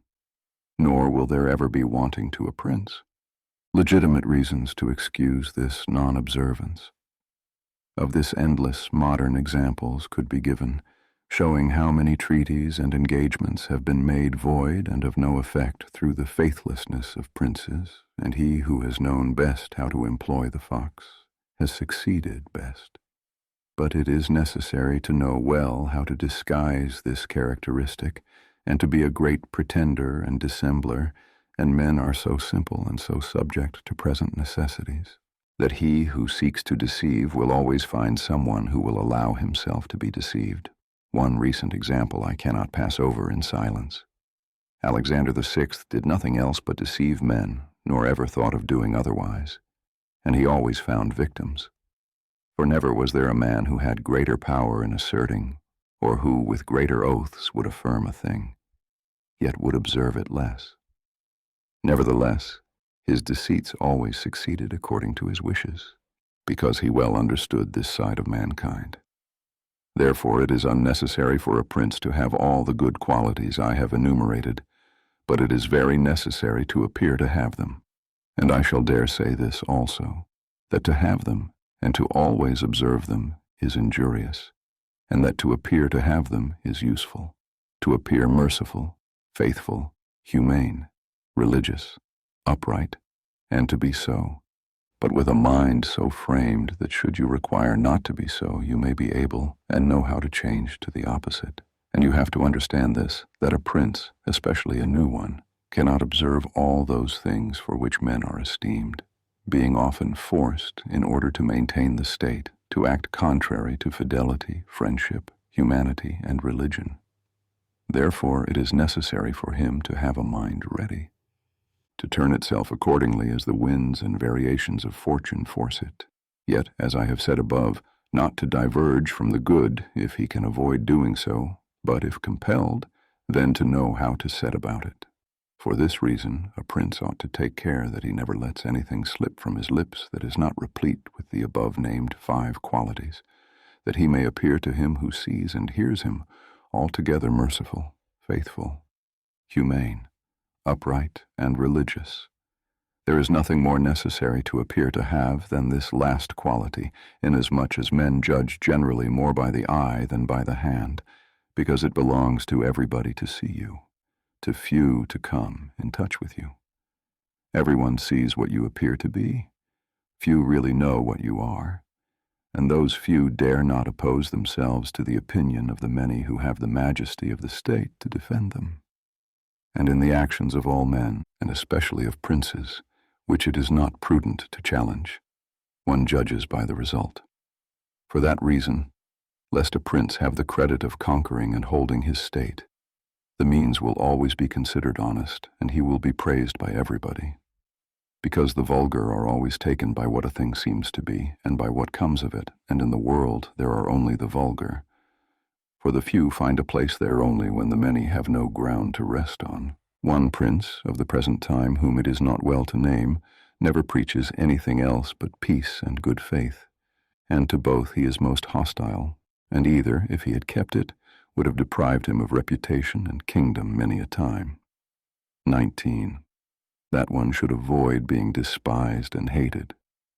Now, concerning the characteristics of which mention is made above, I have spoken of the more important ones, and others I wish to discuss briefly under this generality that the prince must consider, as has been said in parts before, how to avoid those things which will make him hated or contemptible, and as often as he shall have succeeded, he will have fulfilled his part, and he need not fear any danger in other reproaches. It makes him hated above all things, as I have said, to be rapacious, and to be a violator of the property and women of his subjects, from both of which he must abstain. And when neither their property nor their honor is touched, the majority of men live content, and he is only to contend with the ambition of a few, whom he can curb with ease in many ways. It makes him contemptible to be considered fickle, frivolous, effeminate, mean-spirited, irresolute, from all of which a prince should guard himself as from a rock, and he should endeavor to show in his actions greatness, courage, gravity, and fortitude, and in his private dealings with his subjects let him show that his judgments are irrevocable, and maintain himself in such reputation that no one can hope either to deceive or to get around him. That's prince is highly esteemed who conveys this impression of himself, and he who is highly esteemed is not easily conspired against, for provided it was well known that he is an excellent man and revered by his people, he can only be attacked with difficulty. For this reason, a prince ought to have 2 fears, one from within, on account of his subjects, the other from without, on account of external powers. From the latter, he is defended by being well armed and having good allies, and if he is well armed, he will have good friends, and affairs will always remain quiet within when they are quiet without, unless they should have already been disturbed by conspiracy, and even should affairs outside be disturbed if he has carried out his preparations and has lived as I have said, as long as he does not despair, he will resist every attack, as I said, Nabis the Spartan did. But concerning his subjects, when affairs outside are disturbed, he has only to fear that they will conspire secretly, from which a prince can easily secure himself by avoiding being hated and despised, and by keeping the people satisfied with him, which it is most necessary for him to accomplish, as I have said above at length. And one of the most efficacious remedies that a prince can have against conspiracies is not to be hated and despised by the people. For he who conspires against a prince always expects to please them by his removal. But when the conspirator can only look forward to offending them, he will not have the courage to take such a course, for the difficulties that confront a conspirator are infinite. And as experience shows, many have been the conspiracies, but few have been successful. Because he who conspires cannot act alone, nor can he take a companion, except from those whom he believes to be malcontents. And as soon as you have opened your mind to a malcontent, you have given him the material with which to content himself. For by denouncing you, he can look for every advantage, so that, seeing the gain from this course to be assured, and seeing the other to be doubtful and full of dangers, he must be a very rare friend, or a thoroughly obstinate enemy of the prince to keep faith with you. And to reduce the matter to a small compass, I say that, on the side of the conspirator there is nothing but fear, jealousy, prospect of punishment to terrify him. But on the side of the prince there is the majesty of the principality, the laws and the protection of friends and the state to defend him, so that, adding to these things the popular goodwill, it is impossible that anyone should be so rash as to conspire. For whereas in general the conspirator has to fear before the execution of his plot, in this case he also has to fear the sequel to the crime, because on account of it he has the people for an enemy, and thus cannot hope for any escape. Endless examples could be given on this subject, but I will be content with one, brought to pass within the memory of our fathers. Messer Annibale Bentivogli, who was prince in Bologna, grandfather of the present Annibale, having been murdered by the Canesi, who conspired against him, not one of his family survived, but Messer Giovanni, who was in childhood. Immediately after his assassination, the people rose and murdered all the Canesi. This sprung from the popular goodwill which the house of Bentivogli enjoyed in those days in Bologna, which was so great that although none remained there after the death of Annibale, who was able to rule the state, the Bolognese, having information that there was one of the Bentivogli family in Florence, who up to that time had been considered the son of a blacksmith, sent to Florence for him and gave him the government of their city, and it was ruled by him until Messer Giovanni came in due course to the government. For this reason, I consider that a prince ought to reckon conspiracies of little account. Among the best ordered and governed kingdoms of our times is France, and in its dash are found many good institutions which depend on the liberty and the security of the king. Of these, the first is the Parliament and its authority, because he who has founded the kingdom, knowing the ambition of the nobility and their boldness, considered that a bit to their mouths would be necessary to hold them in, and on the other side, knowing the hatred of the people founded in fear against the nobles, he wished to protect them. Yet he was not anxious for this to be the particular care of the king. Therefore, to take away the reproach which he would be liable to from the nobles for favoring the people, and from the people for favoring the nobles, he set up an arbiter, who should be one that could beat down the great and favor the lesser without reproach to the king. Neither could you have a better or more prudent arrangement, or a greater source of security to the king and the kingdom. From this, one can draw another important conclusion, that princes ought to leave affairs of reproach to the management of others, and keep those of grace in their own hands. And further, I consider that a prince ought to cherish the nobles, but not so as to make himself hated by the people. It may appear, perhaps, to some who have examined the lives and deaths of Roman emperors, that many of them would be an example contrary to my opinion, seeing that some of them lived nobly and showed great qualities of soul. Nevertheless, they have lost their empire, or have been killed by subjects who have conspired against them. Wishing, therefore, to answer these objections, I will recall the characters of some of these emperors, and will show that the causes of their ruin were not different to those alleged by me. At the same time, I will only submit for consideration those things that are noteworthy to him who studies the affairs of those times. It seems to me sufficient to make all those emperors who succeeded to the empire, from Marcus the philosopher down to Maximinus. They were Marcus and his son Commodus, Pertinax, Julian, Severus, and his son Antoninus Caracalla, Macrinus, Heliogabalus, Alexander, and Maximinus. There is first to note that, whereas in other principalities the ambition of the nobles and the insolence of the people only have to be contended with, the Roman emperors had a third difficulty in having to put up with the cruelty and avarice of their soldiers, a matter so beset with difficulties that it was the ruin of many, for it was a hard thing to give satisfaction to both soldiers and people. Because the people loved peace, and for this reason they loved the unaspiring prince, while the soldiers loved the warlike prince, who was bold, cruel, and rapacious, which qualities they were quite willing he should exercise upon the people, so that they could get double pay and give vent to their own greed and cruelty.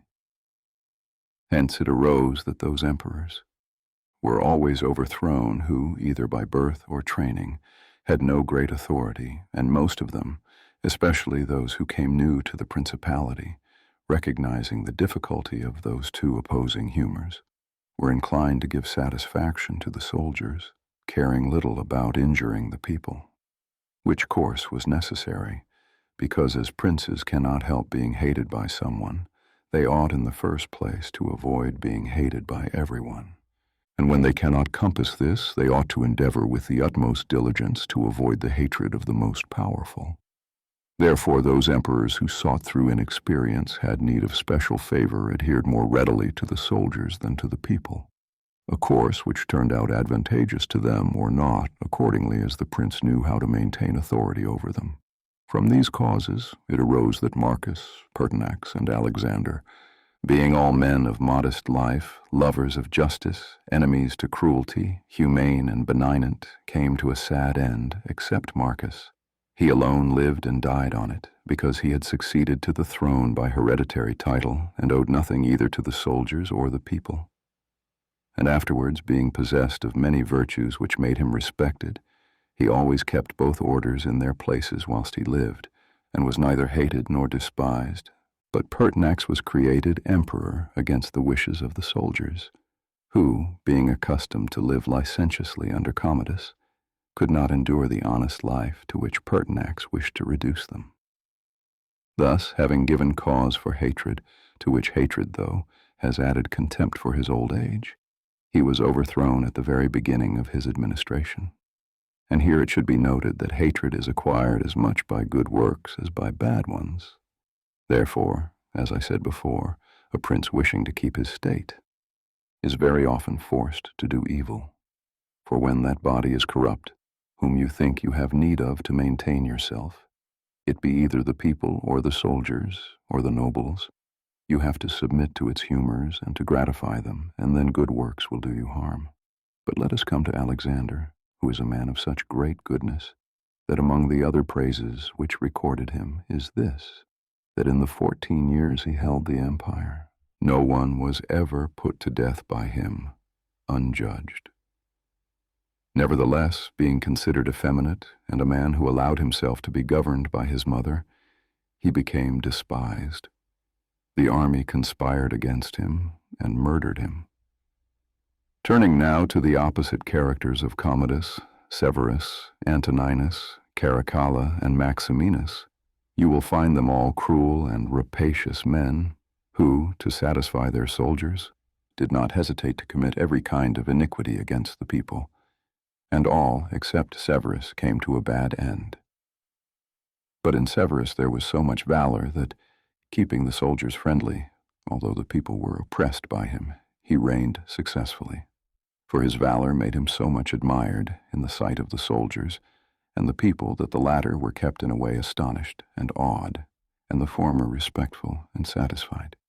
And because the actions of this man as a new prince were great, I wish to show briefly that he knew well how to counterfeit the fox and the lion, which natures, as I said above, it is necessary for a prince to imitate. Knowing the sloth of the Emperor Julian, he persuaded the army in Sclavonia, of which he was captain, that it would be right to go to Rome and avenge the death of Pertinax, who had been killed by the Praetorian soldiers, and under this pretext, without appearing to aspire to the throne, he moved the army on Rome, and reached Italy before it was known that he had started. On his arrival at Rome, the Senate, through fear, elected him emperor and killed Julian. After this, there remained for Severus, who wished to make himself master of the whole empire. Two difficulties, one in Asia, where Niger, head of the Asiatic army, had caused himself to be proclaimed emperor, the other in the west, where Albinus was, who had also aspired to the throne. And as he considered it dangerous to declare himself hostile to both, he decided to attack Niger and to deceive Albinus. To the latter he wrote that, being elected emperor by the Senate, he was willing to share that dignity with him, and sent him the title of Caesar, and moreover, that the Senate had made Albinus his colleague, which things were accepted by Albinus as true. But after Severus had conquered and killed Niger and settled Oriental affairs, he returned to Rome and complained to the Senate that Albinus, little recognizing the benefits that he had received from him, had by treachery sought to murder him, and for this ingratitude he compelled to punish him. Afterwards he sought him out in France and took from him his government and life. He who will therefore, carefully examining the actions of this man, will find him a most valiant lion and a most cunning fox. He will find him feared and respected by everyone, and not hated by the army. And it need not be wondered that he, a new man, was able to hold the empire so well, because his supreme renown always protected him from that hatred which the people might have conceived against him for his violence. But his son Antoninus was most eminent man, and had very excellent qualities which made him admirable in the sight of the people, and acceptable to the soldiers. For he was a warlike man, most enduring of fatigue, despiser of all delicate food and other luxuries which caused him to be beloved by the armies. Nevertheless, his ferocity and cruelties were so great and so unheard of that after endless single murders, he killed a large number of the people of Rome and all those of Alexandria. He became hated by the whole world, and also feared by those he had around him to such an extent that he was murdered in the midst of his army by a centurion. And here it must be noted that such like deaths, which are deliberately inflicted with a resolved and desperate courage, cannot be avoided by princes, because anyone who does not fear to die can inflict them, but a prince may fear them the less, because they are very rare. He has only to be careful not to do any grave injury to those whom he employs or has around him in service of the state. Antoninus had not taken this care, but had contumeliously killed a brother of that centurion, whom he also daily threatens, yet retained in his bodyguard, which, as it turned out, was a rash thing to do, and it proved the emperor's ruin. But Letus comes Commodus, to whom it should have been very easy to hold the empire, for being the son of Marcus, he had inherited it, and he had only to follow in the footsteps of his father to please his people and soldiers. But being by nature cruel and brutal, he gave himself up to amusing the soldiers and corrupting them so that he might indulge his rapacity on the people. On the other hand, not maintaining his dignity, often descending to the theater to compete with the gladiators and doing other vile things, little worthy of the imperial majesty, he fell into contempt with the soldiers, and being hated by one party and despised by the other, he was conspired against and killed. It remains to discuss the character of Maximinus. He was a very warlike man, and the armies being disgusted with the effeminacy of Alexander, of whom I have already spoken, killed him and elected Maximinus to the throne. This he did not possess for long, for two things made him hated and despised. The one, his having kept sheep in Thrace, which brought him into contempt, it being well known to all and considered a great indignity by everyone, and the other, his having the accession to his dominions deferred going to Rome and taking possession of the imperial seat. He had also gained a reputation for the utmost ferocity by having, through his prefects in Rome and elsewhere in the empire, practiced many cruelties, so that the whole world was moved to anger at the meanness of his birth and to fear at his barbarity. First Africa rebelled, then the Senate with all the people of Rome and all Italy conspired against him, to which may be added his own army, this latter besieging Aquileia and meeting with difficulties in taking it, were disgusted with his cruelties and fearing him less when they found so many against him murdered him. I do not wish to discuss Heliogabalus, Macrinus, or Julian, who, being thoroughly contemptible, were quickly wiped out. But I will bring this discourse to a conclusion by saying that princes in our times have this difficulty of giving inordinate satisfaction to their soldiers in a far less degree, because, notwithstanding one has to give them some indulgence, that is soon done. None of these princes have armies that are veterans in the governance and the administration of provinces, as were the armies of the Roman Empire. And whereas it was then more necessary to give satisfaction to the soldiers than to the people, it is now more necessary to all princes, except the Turk and the Saldan, to satisfy the people rather than the soldiers, because the people are the more powerful. From the above I have accepted the Turk, who always keeps around him 12,000 infantry and 15,000 cavalry, on which depend the security and the strength of the kingdom. And it is necessary that, putting aside every consideration for the people, he should keep them as his friends. The kingdom of the Saldan is similar, being entirely in the hands of soldiers. It follows again that without regard to the people, he must keep them as his friends. But you must note that the state of the Sultan is unlike all other principalities, for the reason that it is like the Christian pontificate, which cannot be called either a hereditary or a newly formed principality, because the sons of the old prince are not the heirs, but he who is elected to the position by those who have authority, and the sons remain only noblemen. And this being an ancient custom, it cannot be called a new principality, because there are none of those difficulties in it that are met with new ones. For although the prince is new, the constitution of the state is old, and it is framed so as to receive him as if he were its hereditary lord. But returning to the subject of our discourse, I say that whoever will consider it will acknowledge that either hatred or contempt has been fatal to the above-named emperors, and it will be recognized also how it happened that, a number of them acting in one way, and a number in another, only one in each way came to a happy end, and the rest to unhappy ones, because it would have been useless and dangerous for Pertinax and Alexander, being new princes, to imitate Marcus, who was heir to the principality, and likewise it would have been utterly destructive to Caracalla, Commodus, and Maximinus to have imitated Severus, they not having sufficient valor to enable them to tread in his footsteps. Therefore, a prince, new to the principality, cannot imitate the actions of Marcus, nor again is it necessary to follow in those of Severus. But he ought to take from Severus those parts which are necessary to found his state, and from Marcus those which are proper and glorious to keep a state that may already be stable and firm. Some princes, so as to hold securely the state, have disarmed their subjects. Others have kept their subject towns distracted by factions. Others have fostered enmities against themselves. Others have laid themselves out to gain over those whom they distrusted in the beginning of their governments. Some have built fortresses, some have overthrown and destroyed them.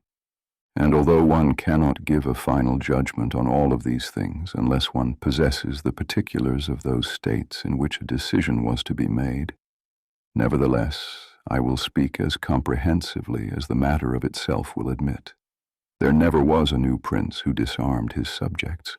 Rather, when he has found them disarmed, he has always armed them, because by arming them, those arms become yours.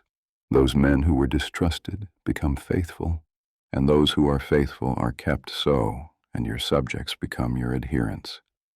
And whereas all subjects cannot be armed, yet when those whom you do arm are benefited, the others can be handled more freely. And this difference in their treatment, which they quite understand, makes the former your dependents, and the latter, considering it to be necessary that those who have the most danger in service should have the most reward, excuse you. But when you disarm them, you at once offend them by showing that you distrust them, either for cowardice or for want of loyalty, and either of these opinions breeds hatred against you. And because you cannot remain armed, it follows that you turn to mercenaries, which are of the character already shown. Even if they should be good, they would not be sufficient to defend you against powerful enemies and distrusted subjects. Therefore, as I have said, a new prince in a new principality has always distributed arms. Histories are full of examples, but when a prince acquires a new state, which he adds as a province to his old one, then it is necessary to disarm the men of that state, except those who have been his adherents in acquiring it, and these again, with time and opportunity, should be rendered soft and effeminate, and matters should be managed in such a way that all the armed men of the state shall be your own soldiers who in your old state were living near you. Our forefathers, and those who were reckoned wise, were accustomed to say that it was necessary to hold Pistoia by factions and Pisa by fortresses, and with this idea they fostered quarrels in some of their tributary towns so as to keep possession of them more easily. This may have been well enough in those times when Italy was in a way balanced, but I do not believe that it can be accepted as a precept for today, because I do not believe that factions can ever be of use. Rather, it is certain that when the enemy comes upon you in divided cities, you are quickly lost, because the weakest party will always assist outside forces, and the other will not be able to resist. The Venetians, moved, as I believe, by the above reasons, fostered the Guelph and the Ghibelline factions in their tributary cities, and although they never allowed them to come to bloodshed, yet they nursed these disputes amongst them, so that the citizens, distracted by their differences, should not unite against them, which, as we saw, did not afterwards turn out as expected, because after the routed Vaila, one party had once took courage and seized the state. Such methods argue weakness in the prince, because these factions will never be permitted in a vigorous principality. Such methods for enabling one, the more easily to manage subjects, are only useful in times of peace. But if war comes, this policy proves fallacious. Without doubt, princes become great when they overcome the difficulties and obstacles by which they are confronted, and therefore fortune, especially when she desires to make a new prince great, who has greater necessity to earn renown than a hereditary one, causes enemies to arise and form designs against him, in order that he may have the opportunity of overcoming them, and by them to mount higher as by a ladder which his enemies have raised. For this reason, many consider that a wise prince, when he has the opportunity, ought with craft to foster some animosity against himself, so that, having crushed it, his renown may rise higher. Princes, especially new ones, have found more fidelity and assistance in those men, who in the beginning of their rule were distrusted than among those who in the beginning were trusted. Pandolfo Petrucci, Prince of Siena, ruled his state more by those who had been distrusted than by others. But on this question, one cannot speak generally, for it varies so much with the individual. I will only say this, that those men who at the commencement of a princedom have been hostile, if they are of a description to need assistance to support themselves, can always be gained over with the greatest ease, and will be tightly held to serve the prince with fidelity, inasmuch as they know it to be very necessary for them to cancel by deed the bad impression which he had formed of them. And thus the prince always extracts more profit from them than those who, serving him in too much security, may neglect his affairs. And since the matter demands it, I must not fail to warn a prince, who by the means of secret favors has acquired a new state, that he must well consider the reasons which induced those to favor him who did so. And if it be not a natural affection towards him, but only discontent with their government, then he will only keep them friendly with great trouble and difficulty, for it will be impossible to satisfy them.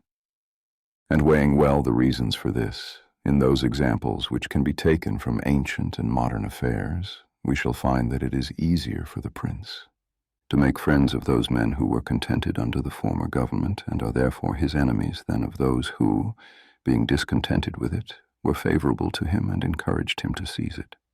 It has been accustomed with princes, in order to hold their states more securely, to build fortresses that may serve as a bridle and bit to those who might design to work against them, and as a place of refuge from a first attack.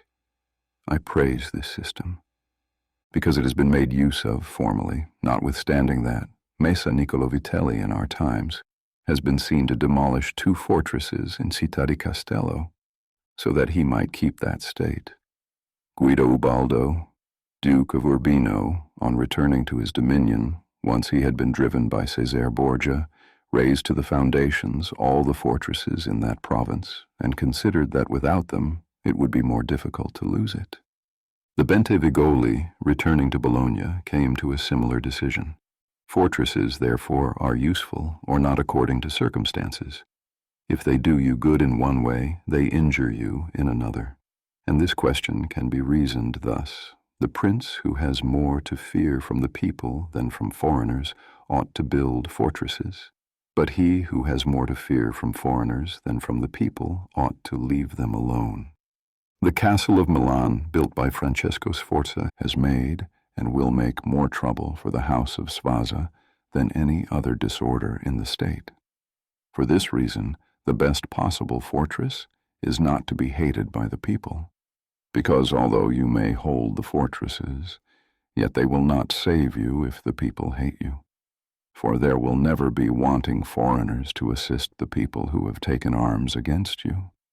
It has not been seen in our times that such fortresses have been of any use to a prince unless to the Count of Forli, when the Count Girolamo, her consort, was killed, for by that means she was able to withstand the popular attack and wait for assistance from Milan, and thus recover her state, and the posture of affairs was such at the time that the foreigners could not assist the people.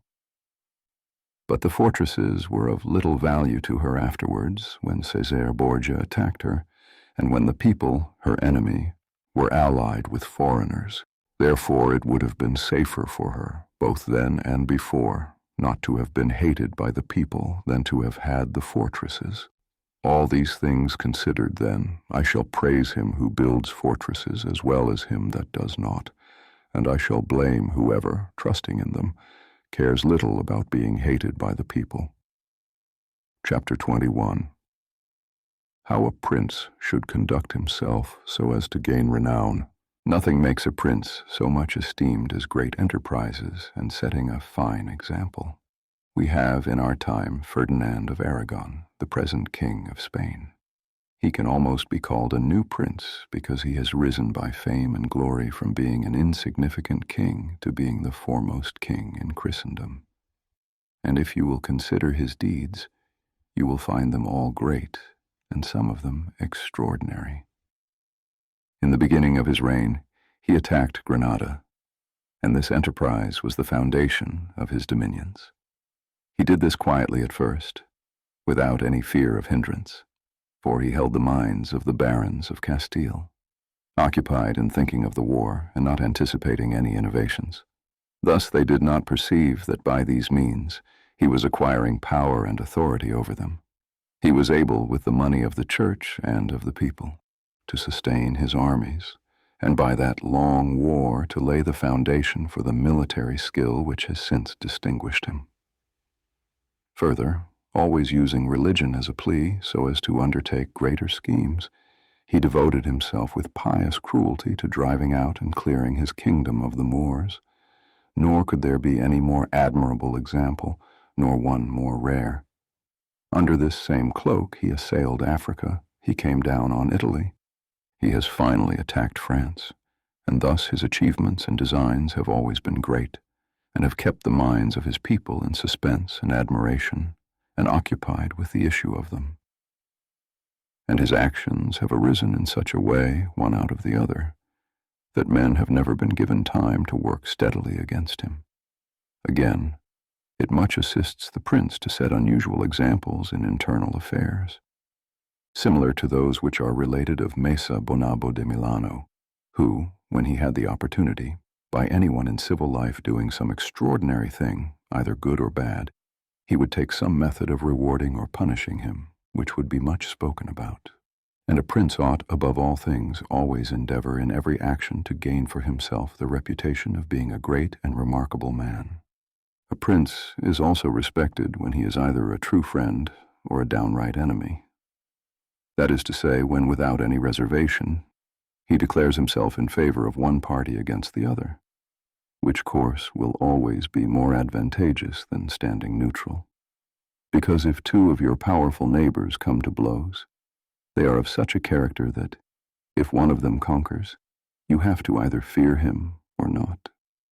In either case, it will always be more advantageous for you to declare yourself and to make war strenuously, because in the first case, if you do not declare yourself, you will invariably fall a prey to the conqueror, to the pleasure and satisfaction of him who has been conquered, and you will have no reasons to offer, nor anything to protect or shelter you, because he who conquers does not want doubtful friends who will not aid him in the time of trial, and he who loses will not harbor you, because you did not willingly sword in hand. Antiochus went into Greece, being sent forth by the Aetolians to drive up the Romans. He sent envoys to the Achaeans, who were friends of the Romans, exhorting them to remain neutral, and on the other hand the Romans urged them to take up arms. The question came to be discussed in the council of the Achaeans, where the legate of Antiochus urged them to stand neutral. To this the Roman legate answered, "As for that which has been said, it is better and more advantageous for your state not to interfere in our war. Nothing can be more erroneous, because by not interfering you will be left without favor or consideration, the guerdon of the conqueror. Thus it will always happen that he who is not your friend will demand your neutrality, whilst he who is your friend will entreat you to declare yourself with arms. And irresolute princes, to avoid present dangers, generally follow the neutral path, and are generally ruined. But when a prince declares himself gallantly in favor of one side, if the party with whom he allies himself conquers, although the victor may be powerful and may have him at his mercy, yet he is indebted to him, and there is established a bond of amity, and men are never so shameless as to become a monument of ingratitude by oppressing you. Victories, after all, are never so complete that the victor must not show some regard, especially to justice. But if he with whom you ally yourself loses, you may be sheltered by him, and whilst he is able he may aid you, and you become companions on a fortune that may rise again.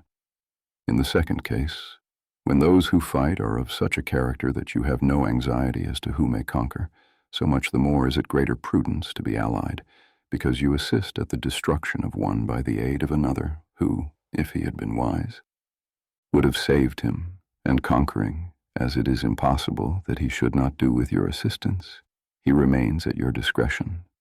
And here it is to be noted that a prince ought to take care never to make an alliance with one more powerful than himself for the purposes of attacking others, unless necessity compels him, as it is said above, because if he conquers, then you are at his discretion, and princes ought to avoid as much as possible being at the discretion of anyone. The Venetians joined with France against the Duke of Milan, and this alliance, which caused their ruin, could have been avoided. But when it cannot be avoided, as what happened to the Florentines when the Pope in Spain sent armies to attack Lombardy, then in such a case, for the above reasons, the prince ought to favor one of the parties. Never let any government imagine that it can choose perfectly safe courses. Rather let it expect to have to take very doubtful ones, because it is found in ordinary affairs that one never seeks to avoid one trouble without running into another. But prudence consists in knowing how to distinguish the character of troubles and for the choice to take the lesser evil. A prince ought also to show himself a patron of ability and to honor the proficient in every art. At the same time, he should encourage his citizens to practice their callings peaceably, both in commerce and agriculture and in every other following, so that one should not be deterred from improving his possessions for fear lest they be taken away from him, or another from opening up trade for fear of taxes. But the prince ought to offer rewards to whoever wishes to do these things and designs in any way to honor the city or state. Further, he ought to entertain the people of festivals and spectacles at the convenient seasons of the year, and as every city is divided into guilds or into societies, he ought to hold such bodies in esteem and associate with them sometimes, and show himself an example of courtesy and liberality, nevertheless, always maintaining the majesty of his rank. For this, he must never consent to abate in anything. Chapter 22. Concerning the secretaries of princes. The choice of servants is of no little importance to a prince, and they are good or not according to the discrimination of the prince. And the first opinion which one forms of a prince and of his understanding is by observing the men he has around him. And when they are capable and faithful, he may always be considered wise, because he has known how to recognize the capable and to keep them faithful. But when they are otherwise, one cannot form a good opinion of him, for the prime error which he has made was in choosing them. There were none who knew Messer Antonio de Venafro as the servant of Pandolfo Petrucci, Prince of Siena, who would not consider Pandolfo to be a very clever man in having Venafro for his servant, because there are three classes of intellects, one which comprehends by itself, another which appreciates what others comprehended, and a third which neither comprehends by itself, nor by the showing of others. The first is the most excellent, the second is good, the third is useless. Therefore it follows necessarily that if Pandolfo was not in the first rank, he was in the second. For whenever one has judgment to know good and bad, when it is said and done, although he himself may not have the initiative, yet he can recognize the good and the bad in his servant, and the one he can praise, and the other correct. Thus the servant cannot hope to deceive him, and is kept honest. But to enable a prince to form an opinion of his servant, there is one test which never fails. When you see the servant thinking more of his own interest than of yours, and seeking inwardly to his profit in everything, such a man will never make a good servant, nor will you ever be able to trust him. Because he who has the state of another in his hands ought never to think of himself, but always of his prince, and never pay any attention to matters in which the prince is not concerned. On the other hand, to keep his servant honest, the prince ought to study him, honoring him, enriching him, doing him kindnesses, sharing with him the honors and the cares, and at the same time let him see that he cannot stand alone, so that many honors may not make him desire more, many riches make him wish for more, and that many cares may make him dread chances. When therefore servants and princes toward servants are thus disposed, they can trust each other, but when it is otherwise, the end will always be disastrous for either one or the other. Chapter 23. How flatterers should be avoided. I do not wish to leave out an important branch of this subject, for it is a danger from which princes are with difficulty preserved, unless they are very careful and discriminating. It is that of flatterers, of whom courts are full, because men are so self-complacent in their own affairs, and in a way so deceived in them, that they are preserved with difficulty from this past. And if they wish to defend themselves, they run the danger of falling into contempt, because there is no other way of guarding oneself from flatterers, except letting men understand that to tell you the truth does not offend you. But when everyone may tell you the truth, respect for you abates. Therefore, a wise prince ought to hold a third course by choosing the wise men in his state and giving to them only the liberty of speaking the truth to him, and then only of those things which he inquires and of none others. But he ought to question them upon everything and listen to their opinions and afterwards form his own conclusions, with these counselors separately and collectively. He ought to carry himself in such a way that each of them should know that the more freely he shall speak, the more he shall be preferred. Outside of these he should listen to no one, pursue the thing resolved on, and be steadfast in his resolutions. He who does otherwise is either overthrown by flatterers, or is so often changed by varying opinions that he falls into contempt. I wish on this subject to adduce a modern example. From Lucia, the man of affairs, to Maximilian, the present emperor, speaking of his majesty, said, "He consulted with no one, yet never got his own way in anything." This arose because of his following a practice the opposite to the above. For the emperor is a secretive man. He does not communicate his designs to anyone, nor does he receive opinions on them.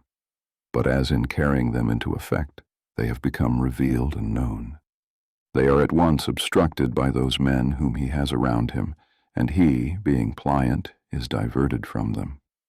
Hence it follows that those things he does one day, he undoes the next, and no one ever understands what he wishes or intends to do, and no one can rely on his resolutions.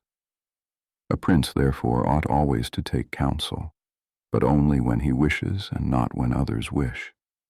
He ought rather to discourage everyone from offering advice unless he asks for it. But however, he ought to be a constant inquirer and afterwards a patient listener concerning the things of which he is inquired. Also, on learning that anyone on any consideration has not told him the truth, he should let his anger be felt. And if there are some who think that a prince who conveys an impression of his wisdom is not so through his own ability, but through the good advisers that he has around him, beyond doubt they are deceived, because this is an axiom which never fails, that a prince who is not wise himself will never take good advice, unless by chance he has yielded his affairs entirely to one person who happens to be a very prudent man.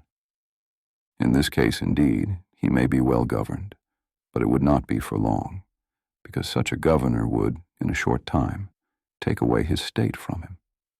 But if a prince who is not inexperienced should take counsel from more than one, he will never get united counsels, nor will he know how to unite them. Each of the counselors will think of his own interests, and the prince will not know how to control them nor to see through them, and they are not to be found otherwise, because men will always prove untrue to you unless they are kept honest by constraint. Therefore it must be inferred that good counsels, whencesoever they come, are born of the wisdom of the prince, and not the wisdom of the prince from good counsels. Chapter 24. When the princes of Italy have lost their states. The previous suggestions, carefully observed, will enable a new prince to appear well established, and render him at once more secure and fixed in the state than if he had been long seated there. For the actions of a new prince are more narrowly observed than those of a hereditary one, and when they are seen to be able, they gain more men and bind far tighter than ancient blood, because men are attracted more by the present than by the past, and when they find the present good, they enjoy it and seek no further. They will also make the utmost defense of a prince if he fails them not in other things. Thus it will be a double glory for him to have established a new principality, and adorned and strengthened it with good laws, good arms, good allies, and with a good example.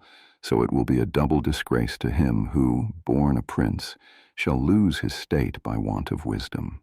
And if those seniors are considered to have lost their states in Italy in our times, such as the King of Naples, the Duke of Milan, and others, there will be found in them one common defect in regard to arms from the causes which have been discussed at length.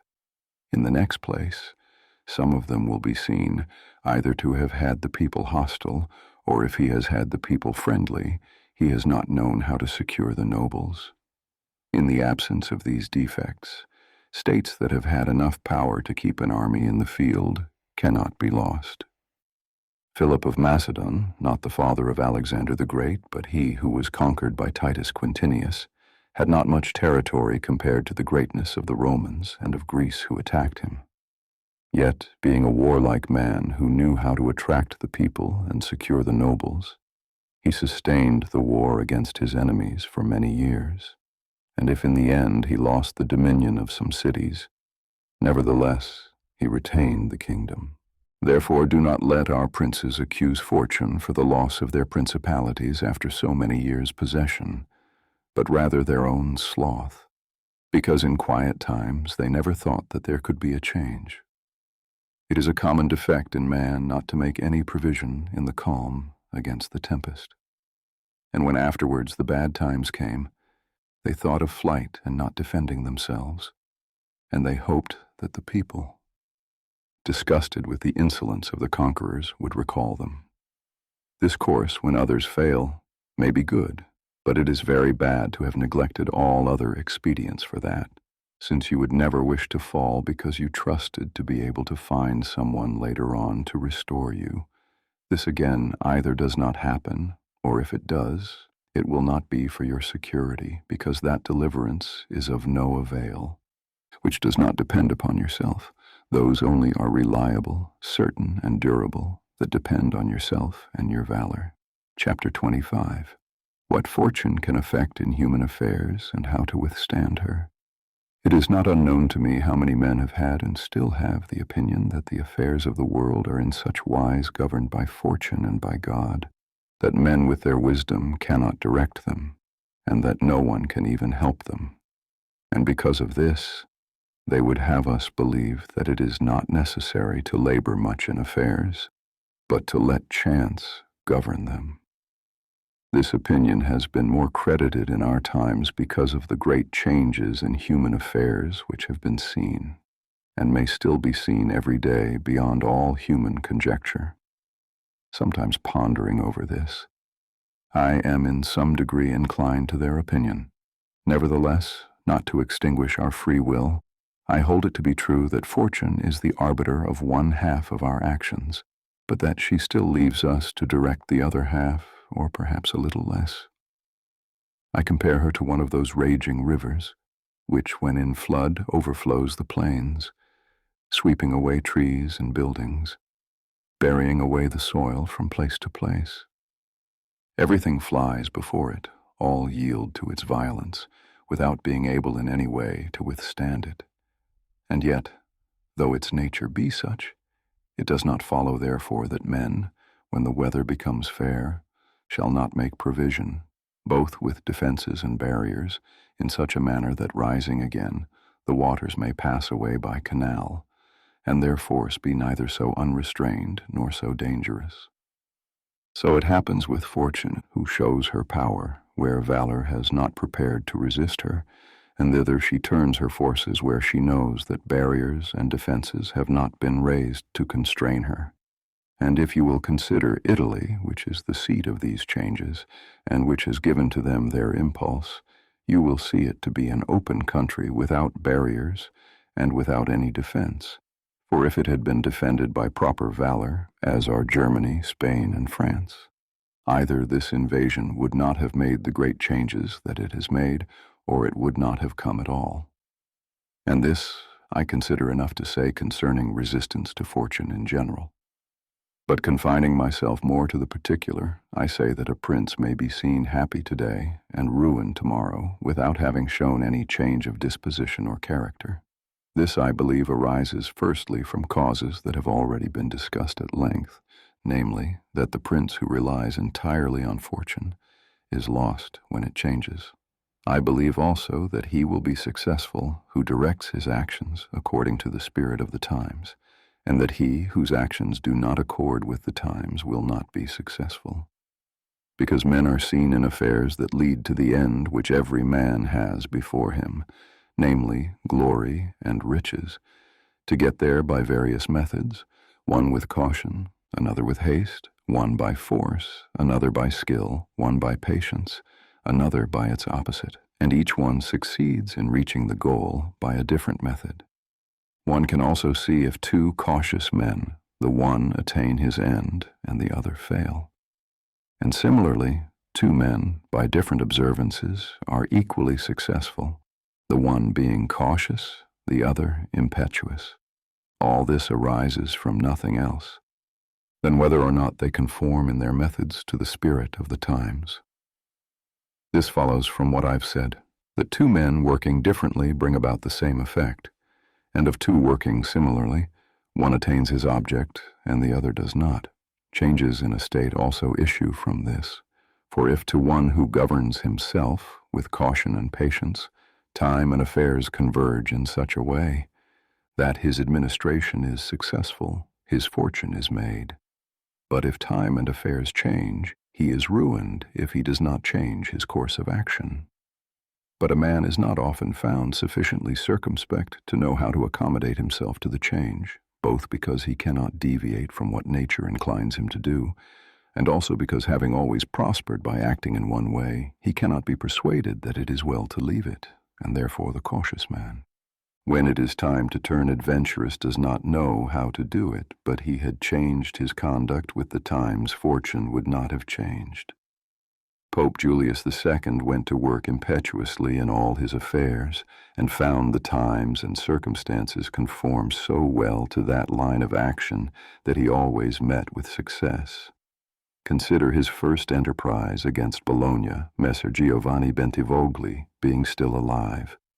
The Venetians were not agreeable to it, nor was the King of Spain, and he had the enterprise still under discussion with the King of France.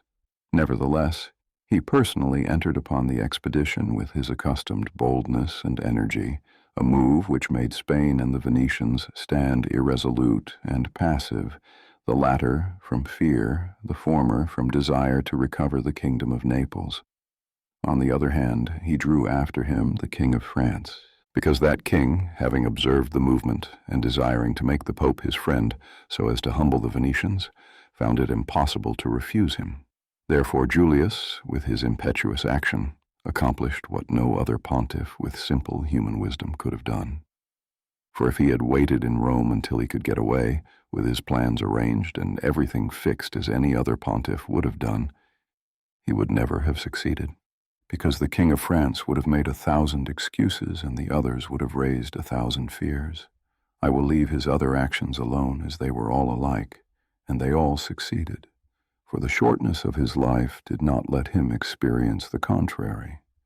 But if circumstances had arisen which required him to go cautiously, his ruin would have followed, because he would never have deviated from those ways to which nature inclined him. I conclude, therefore, the fortune being changeful and mankind steadfast in their ways, so long as the two are in agreement, men are successful, but unsuccessful when they fall out. For my part, I consider that it is better to be adventurous than cautious, because fortune is a woman, and if you wish to keep her under, it is necessary to beat and ill-abuse her, and it is seen that she allows herself to be mastered by the adventurous, rather than by those who work more coldly. She is therefore always womanlike, a lover of young men, because they are less cautious, more violent, and with more audacity to command. Chapter 26. An exhortation to liberate Italy from the barbarians. Having carefully considered the subject of the above discourses, and wondering within myself whether the present times were propitious to a new prince, and whether there were elements that would give an opportunity to a wise and virtuous one to introduce a new order of things that would do honor to him and good to the people of this country, it appears to me that so many things concur to favor a new prince that I never knew a time more fit than the present. And if, as I said, it was necessary that the people of Israel should be captive, so as to make manifest the ability of Moses, that the Persians should be oppressed by the Medes, so as to discover the greatness of the soul of Cyrus, and the Athenians should be dispersed as to illustrate the capabilities of Theseus, then, at the present time, in order to discover the virtue of an Italian spirit, it was necessary that Italy should be reduced to the extremity that she is in now, that she should be more enslaved than the Hebrews, more oppressed than the Persians, more scattered than the Athenians, without head, without order, beaten, despoiled, torn, overrun, and to have endured every kind of desolation. Although lately some spark may have been shown by one which made us think he was ordained by God for our redemption, nevertheless it was afterward seen, in the height of his career, that fortune rejected him, so that Italy, left as without life, waits for him who shall yet heal her wounds, and put an end to the ravaging and plundering of Lombardy, to the swindling and taxing of the kingdom and of Tuscany, and cleanse those sores that for long have festered. It is seen how she entreats God to send someone who shall deliver her from these wrongs and barbarous insolencies. It is seen that also she is ready and willing to follow a banner if only someone will raise it. Nor is there to be seen at present one in whom she can place more hope than in your illustrious house, with its valor and fortune favored by God and by the Church, of which it is now the chief, and could be made the head of this redemption. This will not be difficult if you will recall to yourself the actions and lives of the men I have named. And although they were great and wonderful men, yet they were men, and each one of them had no more opportunity than the present offers, for their enterprises were neither more just nor easier than this, nor was God more their friend than he is yours. With us there is great justice, because that war is just which is necessary, and arms are hallowed when there is no other hope but in them. Here there is the greatest willingness, and where the willingness is great, the difficulty cannot be great if you will only follow those men to whom I have directed your attention. Further than this, how extraordinarily the ways of God have been manifested beyond example. The sea is divided. A cloud has led the way. The rock has poured forth water. It has rained manna. Everything has contributed to your greatness. You ought to do the rest. God is not willing to do everything, and thus take away our free will and that share of glory that belongs to us. And it is not to be wondered as if none of the above-named Italians have been able to accomplish all this is expected from your illustrious house. And if in so many revolutions in Italy and in so many campaigns it has always appeared as if military virtue were exhausted, this has happened because the old order of things was not good, and none of us have known how to find a new one, and nothing honors a man more than to establish new laws and new ordinances when he himself was newly risen. Such things, when they are well founded and dignified, will make him revered and admired. And in Italy there are not wanting opportunities to bring such into use in every form. Here there is great valor in the limbs, whilst it fails in the head. Look attentively at the duels and the hand-to-hand combats, how superior the Italians are in strength, dexterity, and subtlety. But when it comes to armies, they do not bear comparison, and this springs entirely from the insufficiency of the leaders, since those who are capable are not obedient, and each one seems to himself to know that having never been anyone so distinguished above the rest, either by valor or fortune, that others would yield to him. Hence it is that for so long a time, and during so much fighting in the past 20 years, whenever there has been an army wholly Italian, it has always given a poor account of itself. The first witness to this is Il Taro. Afterwards, Alessandria, Capua, Genoa, Vallia, Bologna. Maestri, if therefore your illustrious house wishes to follow these remarkable men who have redeemed their country, it is necessary before all things, as a true foundation for every enterprise, to be provided with your own forces, because there can be no more faithful, truer, or better soldiers, and although singly they are good altogether, they will be much better when they find themselves commanded by their prince, honored by him, and maintained at his expense. Therefore it is necessary to be prepared with such arms, so that you can be defended against foreigners by Italian valor. And although Swiss and Spanish infantry may be considered very formidable, nevertheless there is a defect in both, by reason of which a third order would not only be able to oppose them, but might be relied upon to overthrow them. For the Spaniards cannot resist cavalry, and the Switzes are afraid of infantry whenever they encounter them in close combat. Owing to this, as has been and may again be seen, the Spaniards are unable to resist French cavalry, and the Switzes are overthrown by Spanish infantry. And although a complete proof of the latter cannot be shown, nevertheless there was some evidence of it at the Battle of Ravenna, when the Spanish infantry were confronted by German battalions who follow the same tactics as the Swiss. When the Spaniards, by agility of body and with the aid of their shields, got in under the pikes of the Germans and stood out of danger, able to attack while the Germans stood helpless, and if the cavalry had not dashed up, all would have been over with them. It is possible, therefore, knowing the defects of both these infantry, to invent a new one, which will resist cavalry and not be afraid of infantry. This need not create a new order of arms, but a variation upon the old, and these are the kind of improvements which confer reputation and power upon a new prince. This opportunity, therefore, ought not to be allowed to pass for letting Italy at last see her liberator appear. Nor can one express the love with which he would be received in all those provinces which have suffered so much from these foreign scourings. With what thirst for revenge? With what stubborn faith? With what devotion? With what tears? What door would be closed to him? Who would refuse obedience to him? What envy would hinder him? What Italian would refuse him homage? To all of us, this barbarous dominion stinks. Let therefore your illustrious house take up this charge with that courage and hope, with which all just enterprises are undertaken, so that, under its standard, our native country may be ennobled, and under its auspices may be verified that saying of Petrarch, "Virtue against fury shall advance the fight, and it in the combat soon shall put to flight. For the old Roman valor is not dead, nor in the Italians' breasts extinguished." Roche sauvage. Doesn't speak to everyone, only to those who feel.